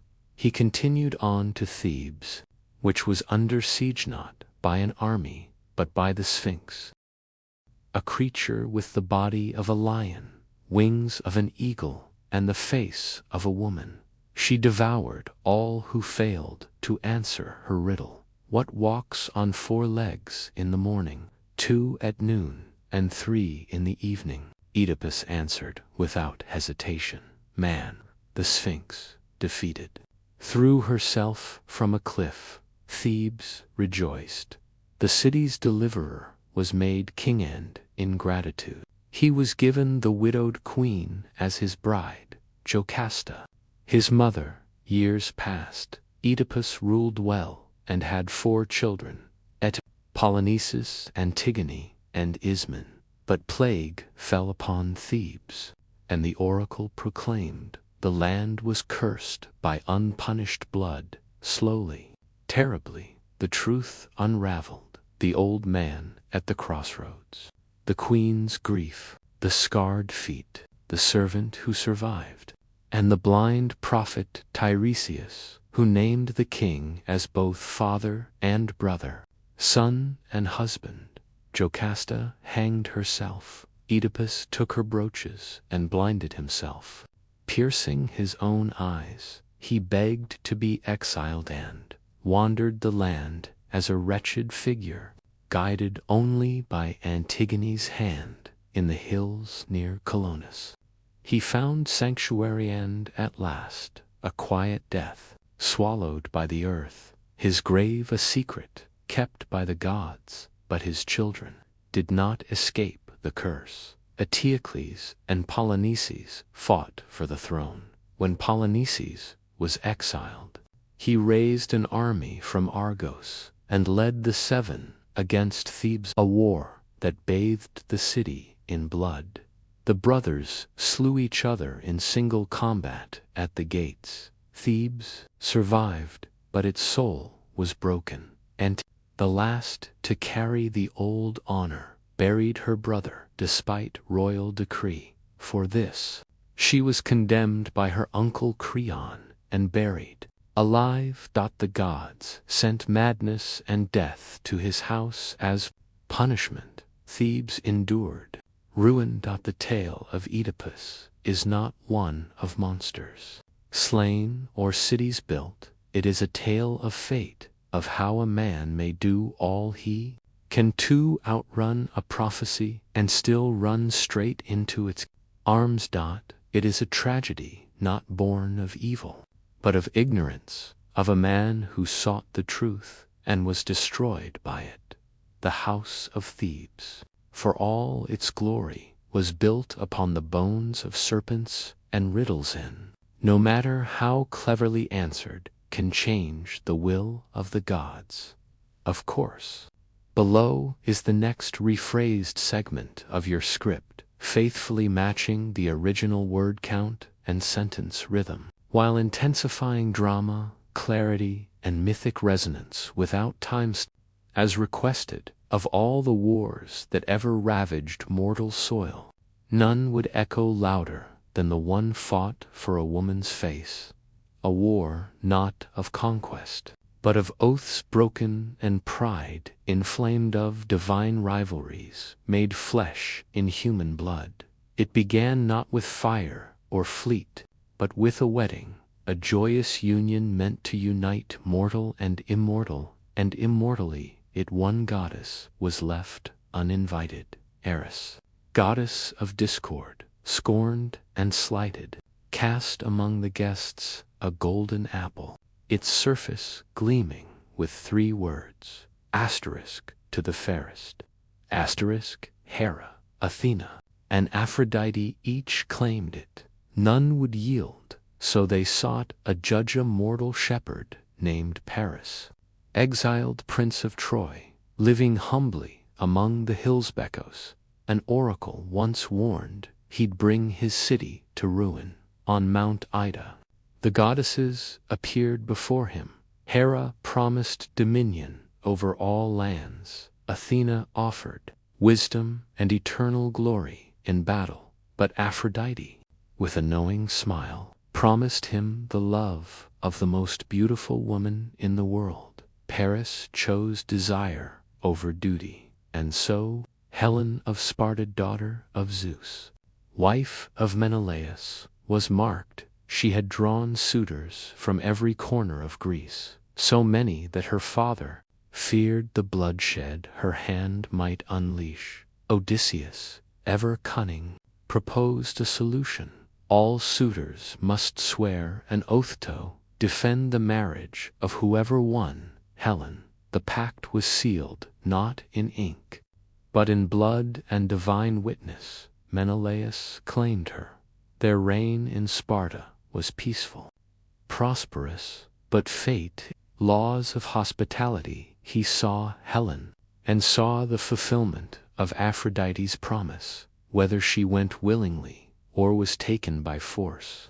The poets still debate, but when his ship sailed eastward, Helen was aboard, and with her departure, the war began. Menelaus roared in grief and fury. He called upon the Othan.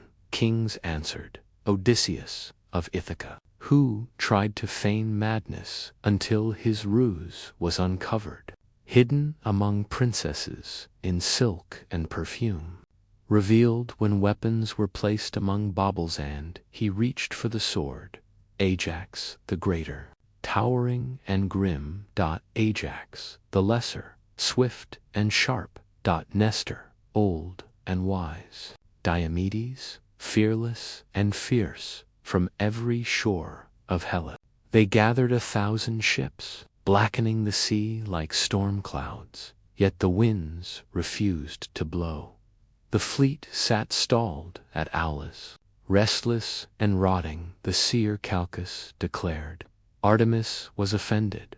Only a royal sacrifice would appease her. Agamemnon, high king of Mycenae, was told to offer his daughter, Iphigenia. Some say he lied to her, promising marriage to Achilles. Others claim she went bravely, knowing her death would launch 1,000 ships. In most tellings, the blade fell, the winds rose, and the Greeks sailed not as raiders, but as avengers cloaked in divine mandate. For 10 years, they camped before Troy's impenetrable walls. The city, ringed in stone said to be built by Apollo and Poseidon themselves, held fast inside. King Priam ruled with sorrowful dignity. His sons noble Hector, reckless Paris, loyal Deiphobus, fought not for glory, but for home. The gods took sides. Hera and Athena, bitter over Paris's judgment, backed the Greeks. Aphrodite, and Ares championed Troy. Apollo sent plague and arrows. Poseidon shook the earth when stirred. Only Zeus tried to remain aloof, though even he bent beneath the weight of fate. This war was never just about Helen. It was about honor, legacy, and the slow unraveling of mortal pride. And it would end not with surrender but with fire. Certainly, below is the next rephrased segment of your script. Asterisk, asterisk, faithfully matching the original word count and sentence by sentence rhythm asterisk, while deepening narrative power and mythic resonance without times, as requested by the time Homer's Iliad begins. The war at Troy has already raged for 9 long years. The Greeks, those proud kings who once sailed with fire in their eyes and oaths on their lips, have settled into the grim routine of siege and survival. What began as a storm of vengeance has slowed to a bitter grind war of attrition beneath walls. Fall. They built their camps along the shore, black tents huddled like vultures, once proud and swift, now sit hauled high on the sand, their prows pointing uselessly toward home. Raiding parties scoured the coast not for glory, but for grain and goats. Morale frayed like old rope. The war had become less a crusade and more a caging inside it. Tempers flared like dry tinder. Troy, meanwhile, endured, its walls raised, it was said, by Apollo himself, in service to mortal kings, stood unbroken. Inside, the city lived with quiet dread, its people clinging to faith in Hector, their noble prince, and to the hope that the gods might yet relent. But war is never truly fought in trenches or behind ramparts. It is waged in the hearts of men, and in this war, 2 hearts burned, fiercest of all, Agamemnon, high king of Mycenae, imperious and unyielding, and Achilles, son of Thetis, swift as the wind, strong as the sea, fated to die young and determined to die remembered. Their quarrel would ignite the final act of the war. It began, as so many tragedies do, over a woman not Helen, whose face had launched the fleet, but Brice, a captive princess taken in one of countless raids, when Chryses, a priest of Apollo, came to ransom his daughter Chryses. Agamemnon's own prize-king scorned him publicly. Enraged, the priest called upon his god. Apollo answered, not with thunder, but with plague, silent, suffocating death that crept through the Greek camp, claiming men and beasts alike. At last, Calchas, the seer, revealed the cause. Agamemnon relented, but not without spite. He surrendered Chryses, then demanded Briseis from Achilles in return. It was more than a slight. It was an erasure of honor. Achilles, pride wounded deeper than flesh, rose from the council in fury. He called Agamemnon a greedy coward, swore before the gods he would fight no more, and withdrew to his tent-taking with him, the Myrmidon, his elite warriors, silent and lethal as serpents. From that moment, the tide turned. Without Achilles, the Greeks faltered. The Trojans, led by Hector, surged forward like a storm unleashed. Ships caught fire, heroes fell. The Greeks were pushed back to the very edge of the sea. Patroclus, Achilles' closest friend, some say his lover, watched in despair. He begged Achilles to relent. When the boy refused, Patroclus did the unthinkable. He donned Achilles' armor, led the Myrmidons into battle, and for a time turned the tide once more. But glory made him reckless. He chased the Trojans all the way to their gates, and there Hector met him. Their duel was swift and fatal. Patroclus fell, and with him fell the last restraint in Achilles' soul. When word reached him, Achilles did not weep. He roared us, and wrath demanded blood. His mother, Thetis, brought him new armor, forged by Hephaestus himself, shield etched with the whole of creation, cities at peace and cities at war, weddings and funerals, fields and festivals, all circling a sun-bright center, armed in divine fire.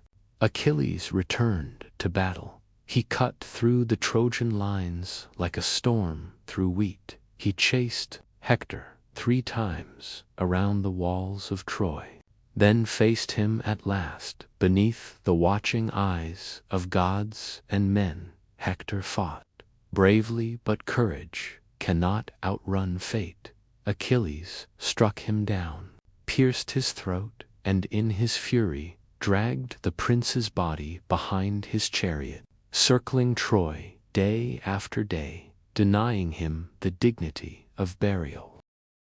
But even rage has its limits. King Priamold, grieving, broken, slipped into the Greek camp by night. Guided by Hermes, he knelt before Achilles, kissed the hands that killed his son, and spoke not as a king but as a father. In that moment, Achilles saw not an enemy but his own father.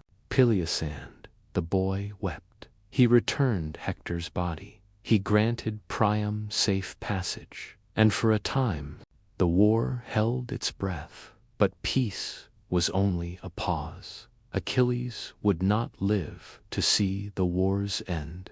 An arrow guided by Apollo, loosed by Paris, struck his heel, the one place his mother's hands had not touched in the Styx. He died as he lived, unmatched, young and furious at the sky. The Iliad ends not with victory, but with a funeral pyre, and with 2 enemies sharing the same sorrow. Yet the war was not over. The gods had not finished weaving fate. The wooden horse had not yet been carved, and Troy, though grieving, still stood. But the blood had been spilled, the oaths had been broken, and the final act was already being written. Ash and silence, of course. Below is the next rephrased segment of your script ***, faithfully matching the original word count and sentence by sentence rhythm ***, while intensifying mythic tone and emotional clarity without time. As requested, after the fall of Troy, the world did not heal, it cracked open for the victors. There was no triumph, only the long road home through storm and shadow. The gods, unsatisfied with mere ruin, turned their wrath upon those who had served them too well. Agamemnon returned first, but not to glory. In Mycenae, his wife, Clytemnestra, waited, veiled in grief and fury. She had not forgotten the day he sacrificed their daughter Iphigenia, calm the winds before the war. Now, with a lover at her side, heir to an older curse, she plotted his end.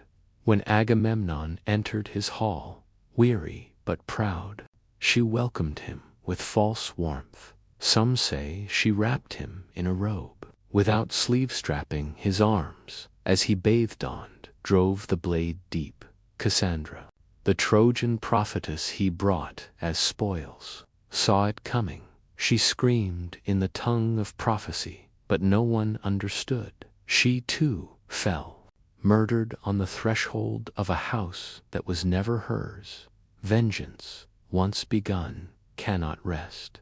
Years later, Orestes, Agamemnon's son, returned from exile, guided by Apollo and haunted.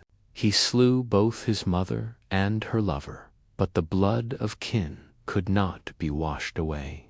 The Furies pursued him, shrieking through his dreams, until Athena herself convened the first trial on the Areopagus.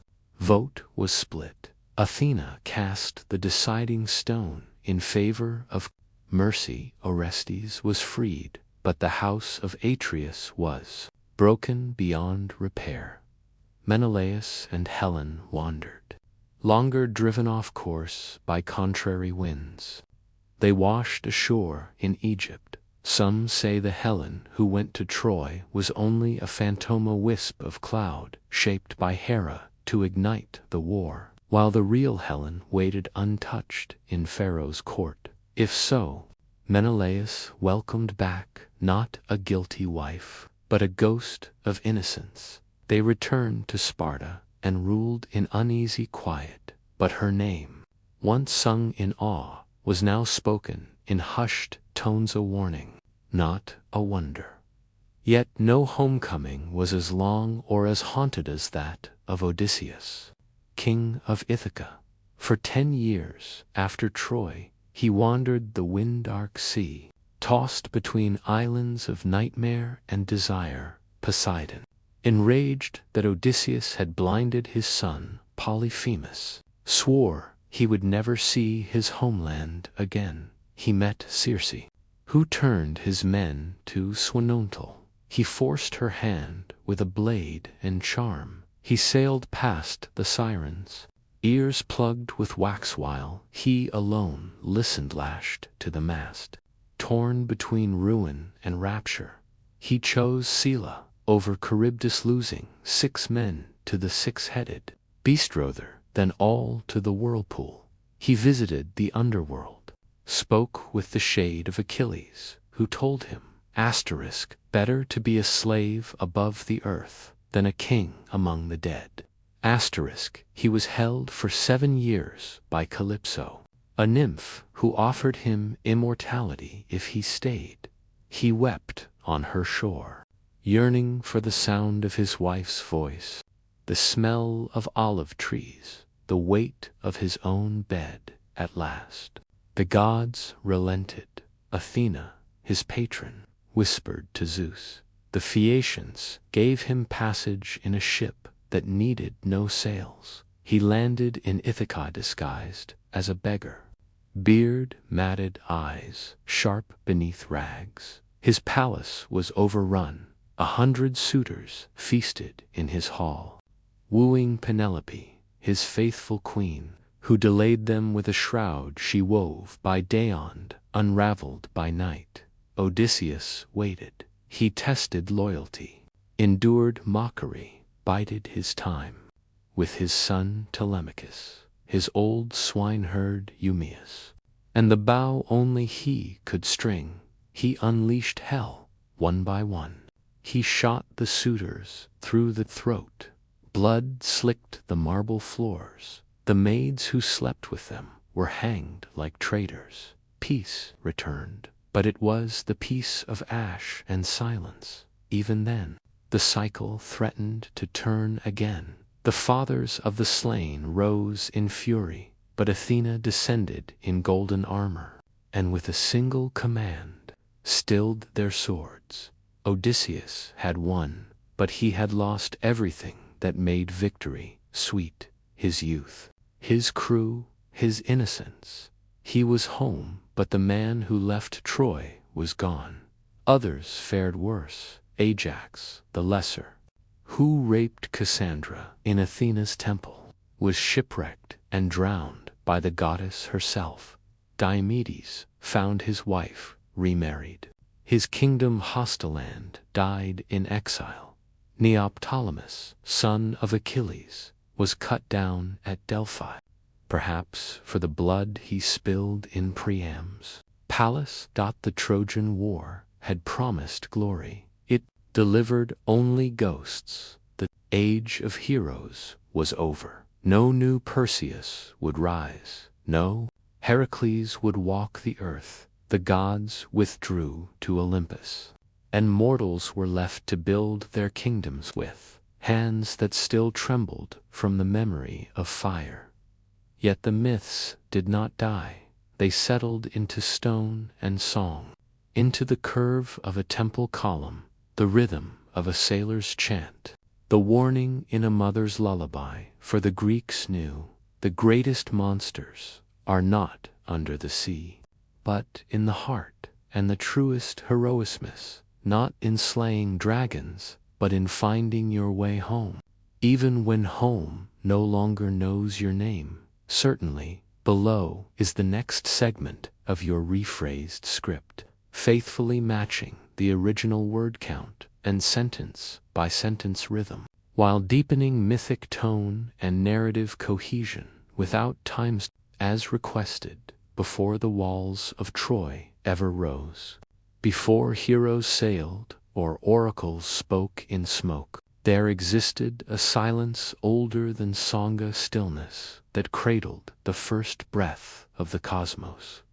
It was not empty, but full of potential, the kind that hums in the space between heartbeats. From that silence came not gods in robes or thrones, but primal forces, chaos, not as ruin, but as opening, Gaia, not as ground, but as womb, Tartarus, not as prison, but as depth, Eros, not as passion, but as pull, the unseen thread that would one day bind star to star, man to woman. Fate, too, will dot. These were the first truths. They did not speak, they simply were. And when Nyx, the night, stepped from chaos's shadow, she brought with her a stillness so vast even the void bowed in reverence. Beside her rose Erebus, the darkness of the underworld, not her opposite, but her mirror. From their union came Ether, the bright air of the upper sky, and Himra, who would chase her mother across the heavens, not in rebellion, but in rhythm, a dance written before time had a name. Then Gaia, fertile and unafraid, gave birth to Uranus, the star-crowned sky, her son, her lover, the dome that would arch over all when he covered her. The world took its first shape, not through war or decree, but through embrace. From that union came the Titans, dwell, vast and elemental, each a pillar of what would become reality. But Gaia's womb held more than order. She bore also the monstrous, the Cyclopes, with eyes like storm, and the Hecatoncheires, 100-handed, 50-headed, shakers of the earth's bones. Uranus, proud and fearful, could not bear their raw power. He thrust them back into their mother's depths, sealing them in darkness. Gaia groaned, not in weakness, but in fury, and from that groan was forged a plan.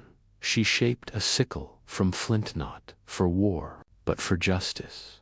She called her sons to action, one by one. They turned away afraid of the sky's wrath. Only Cronus stepped forward, sharpest, most cunning.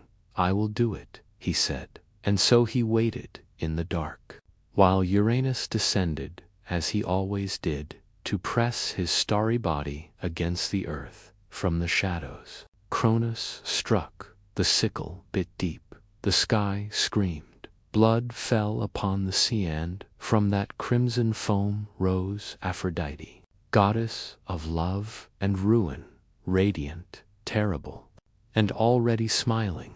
But more spilled from the wound. The Furies, born of vengeance, the giants, born of earth's rage, the Malaya ash tree nymphs, keepers of the wild and the old ways. Uranus fled, but not before cursing his son, asterisk, as you have overthrown your father, so too shall you be cast down by your own. Asterisk. Cronus heard, and from that moment, fear coiled in his heart. He ruled the golden age, a time when mortals knew no toil, no war, no winter, but peace, as the world knows, cannot bloom in the shadow of dread.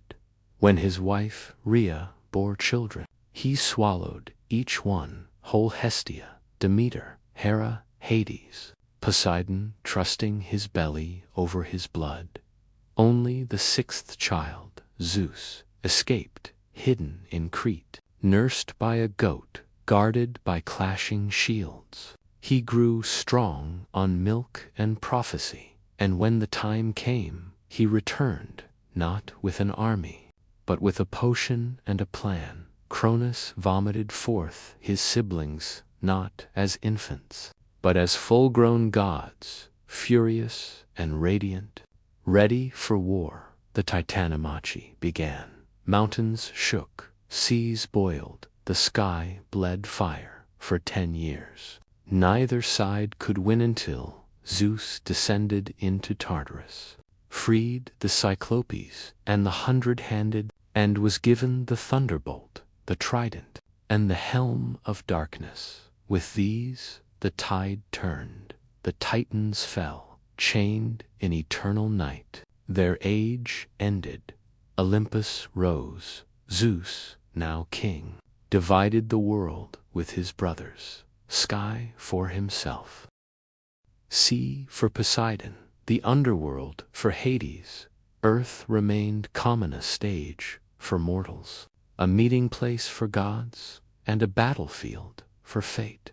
On Mount Olympus, the new pantheon gathered. Hera with her winter eyes, Demeter with soil in her hair, Hestia tending the eternal flame, Athena born from thought and war, Apollo golden and far-seeing, Artemis swift and silent, Ares bloody and restless, Hephaestus brilliant and bent, Hermes fleet and sly, Aphrodite, whose beauty unraveled empires. They were not saints, they were passionate, jealous, generousies, alive as the storms they sent. And though they ruled from clouds, they walked among men, loved them, punished them, and left behind children. Woe would become heroes, for the age of the gods was also the age of mortals, brief, burning, glorious, and in that tension between the eternal and the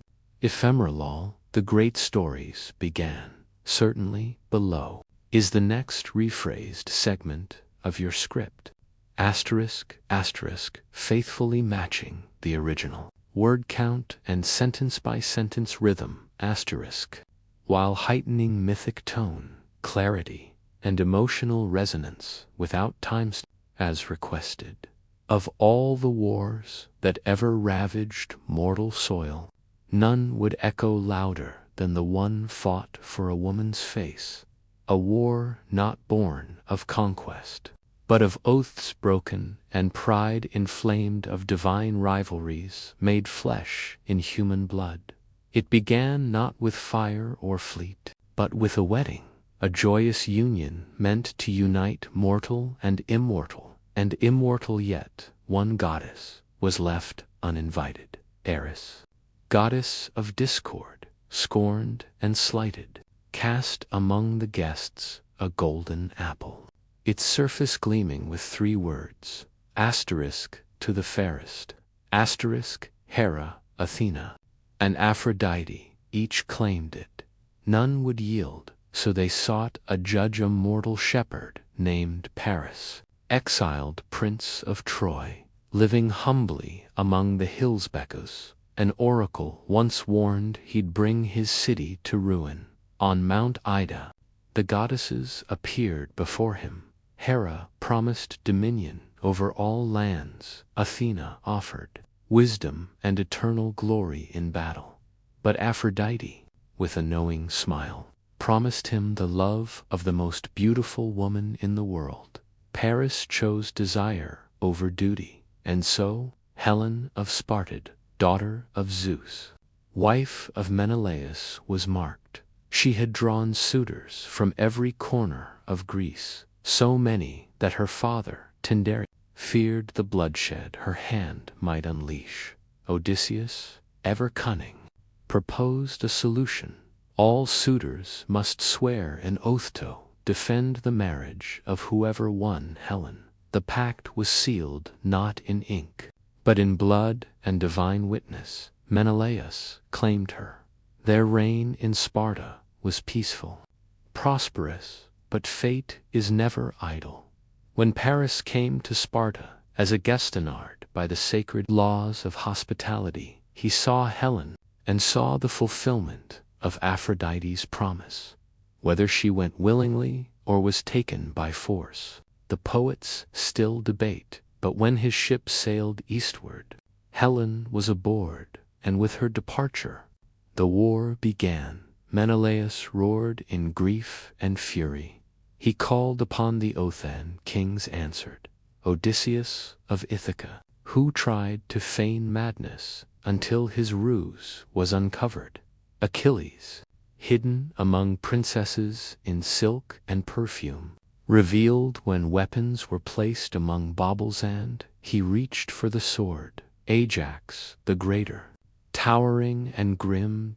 Ajax the lesser, swift and sharp. Nestor, old and wise. Diomedes, fearless and fierce. From every shore of Hellas they gathered 1,000 ships, blackening the sea like storm clouds, yet the winds refused to blow. The fleet sat stalled at Aulis, restless and rotting, the seer Calchas declared. Artemis was offended. Only a royal sacrifice would appease her. Agamemnon, High King of Mycenae, was told to offer his daughter, Iphigenia. Some say he lied to her, promising marriage to Achilles.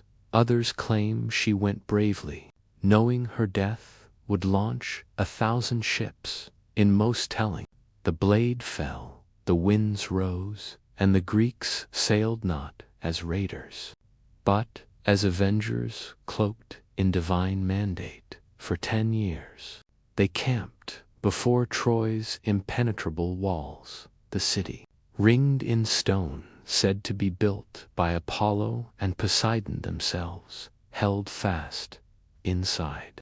King Priam ruled with sorrowful dignity, his sons noble Hector, reckless Paris, loyal Deiphobus fought, not for glory, but for home. The gods took sides. Hera and Athena, bitter over Paris's judgment, backed the Greeks. Aphrodite and Ares championed Troy. Apollo sent plague and arrows.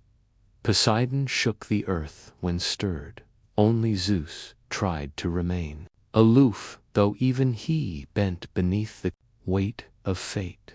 This war was never just about Helen, was about honor, legacy, and the slow unraveling of mortal pride, and it would end not with surrender, but with fire, of course.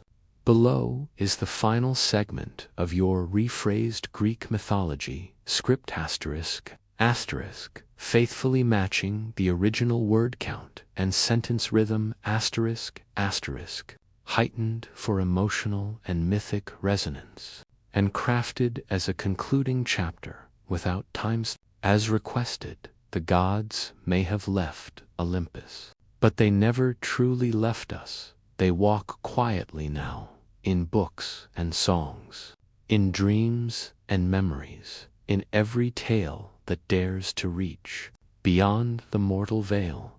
They are not dead, they have simply moved. So the story ends. The winds on Mount Olympus are cold, the torches in Delphi are ashdot, but the myths remain. They live in the hush before a storm, in the first green shoot after winter, in the ache of a love too vast to hold. They echo in courtroom oaths and wedding vows, in the names of planets and constellations, in the quiet grief of a parent watching a child sail into the world. Greek myth was never about blind worship or perfect divinity. It was about the struggle to be human in a world ruled by forces beyond our control. It gave names to chaos, shape to sorrow, and dignity to defiance. It taught, and that the most beautiful things are often the most dangerous. It warned us not to fly too close to the sun, not to look back when leaving the past, not to mistake fate for fortune. And yet it also whispered that we must try, that glory lies not in avoiding death, but in living so fiercely that death must take notice. The age of heroes is over. The temples crumble, the oracles fall silent, but the questions remain. What is justice? What is love? What does it mean to live well in a world that offers no guarantees? The Greeks did not give us answers. They gave us mirrors, and in those mirrors, across millennia, we still see ourselves flawed, yearning, reaching. So light a candle for Hestia, pour a libation for Dionysus, whisper thanks to Hermes when you cross a threshold, and when the night is long and the stars feel distant. Remember this. You are standing in a story that began before time had a name. It is not yours to finish, only to carry forward. Good night.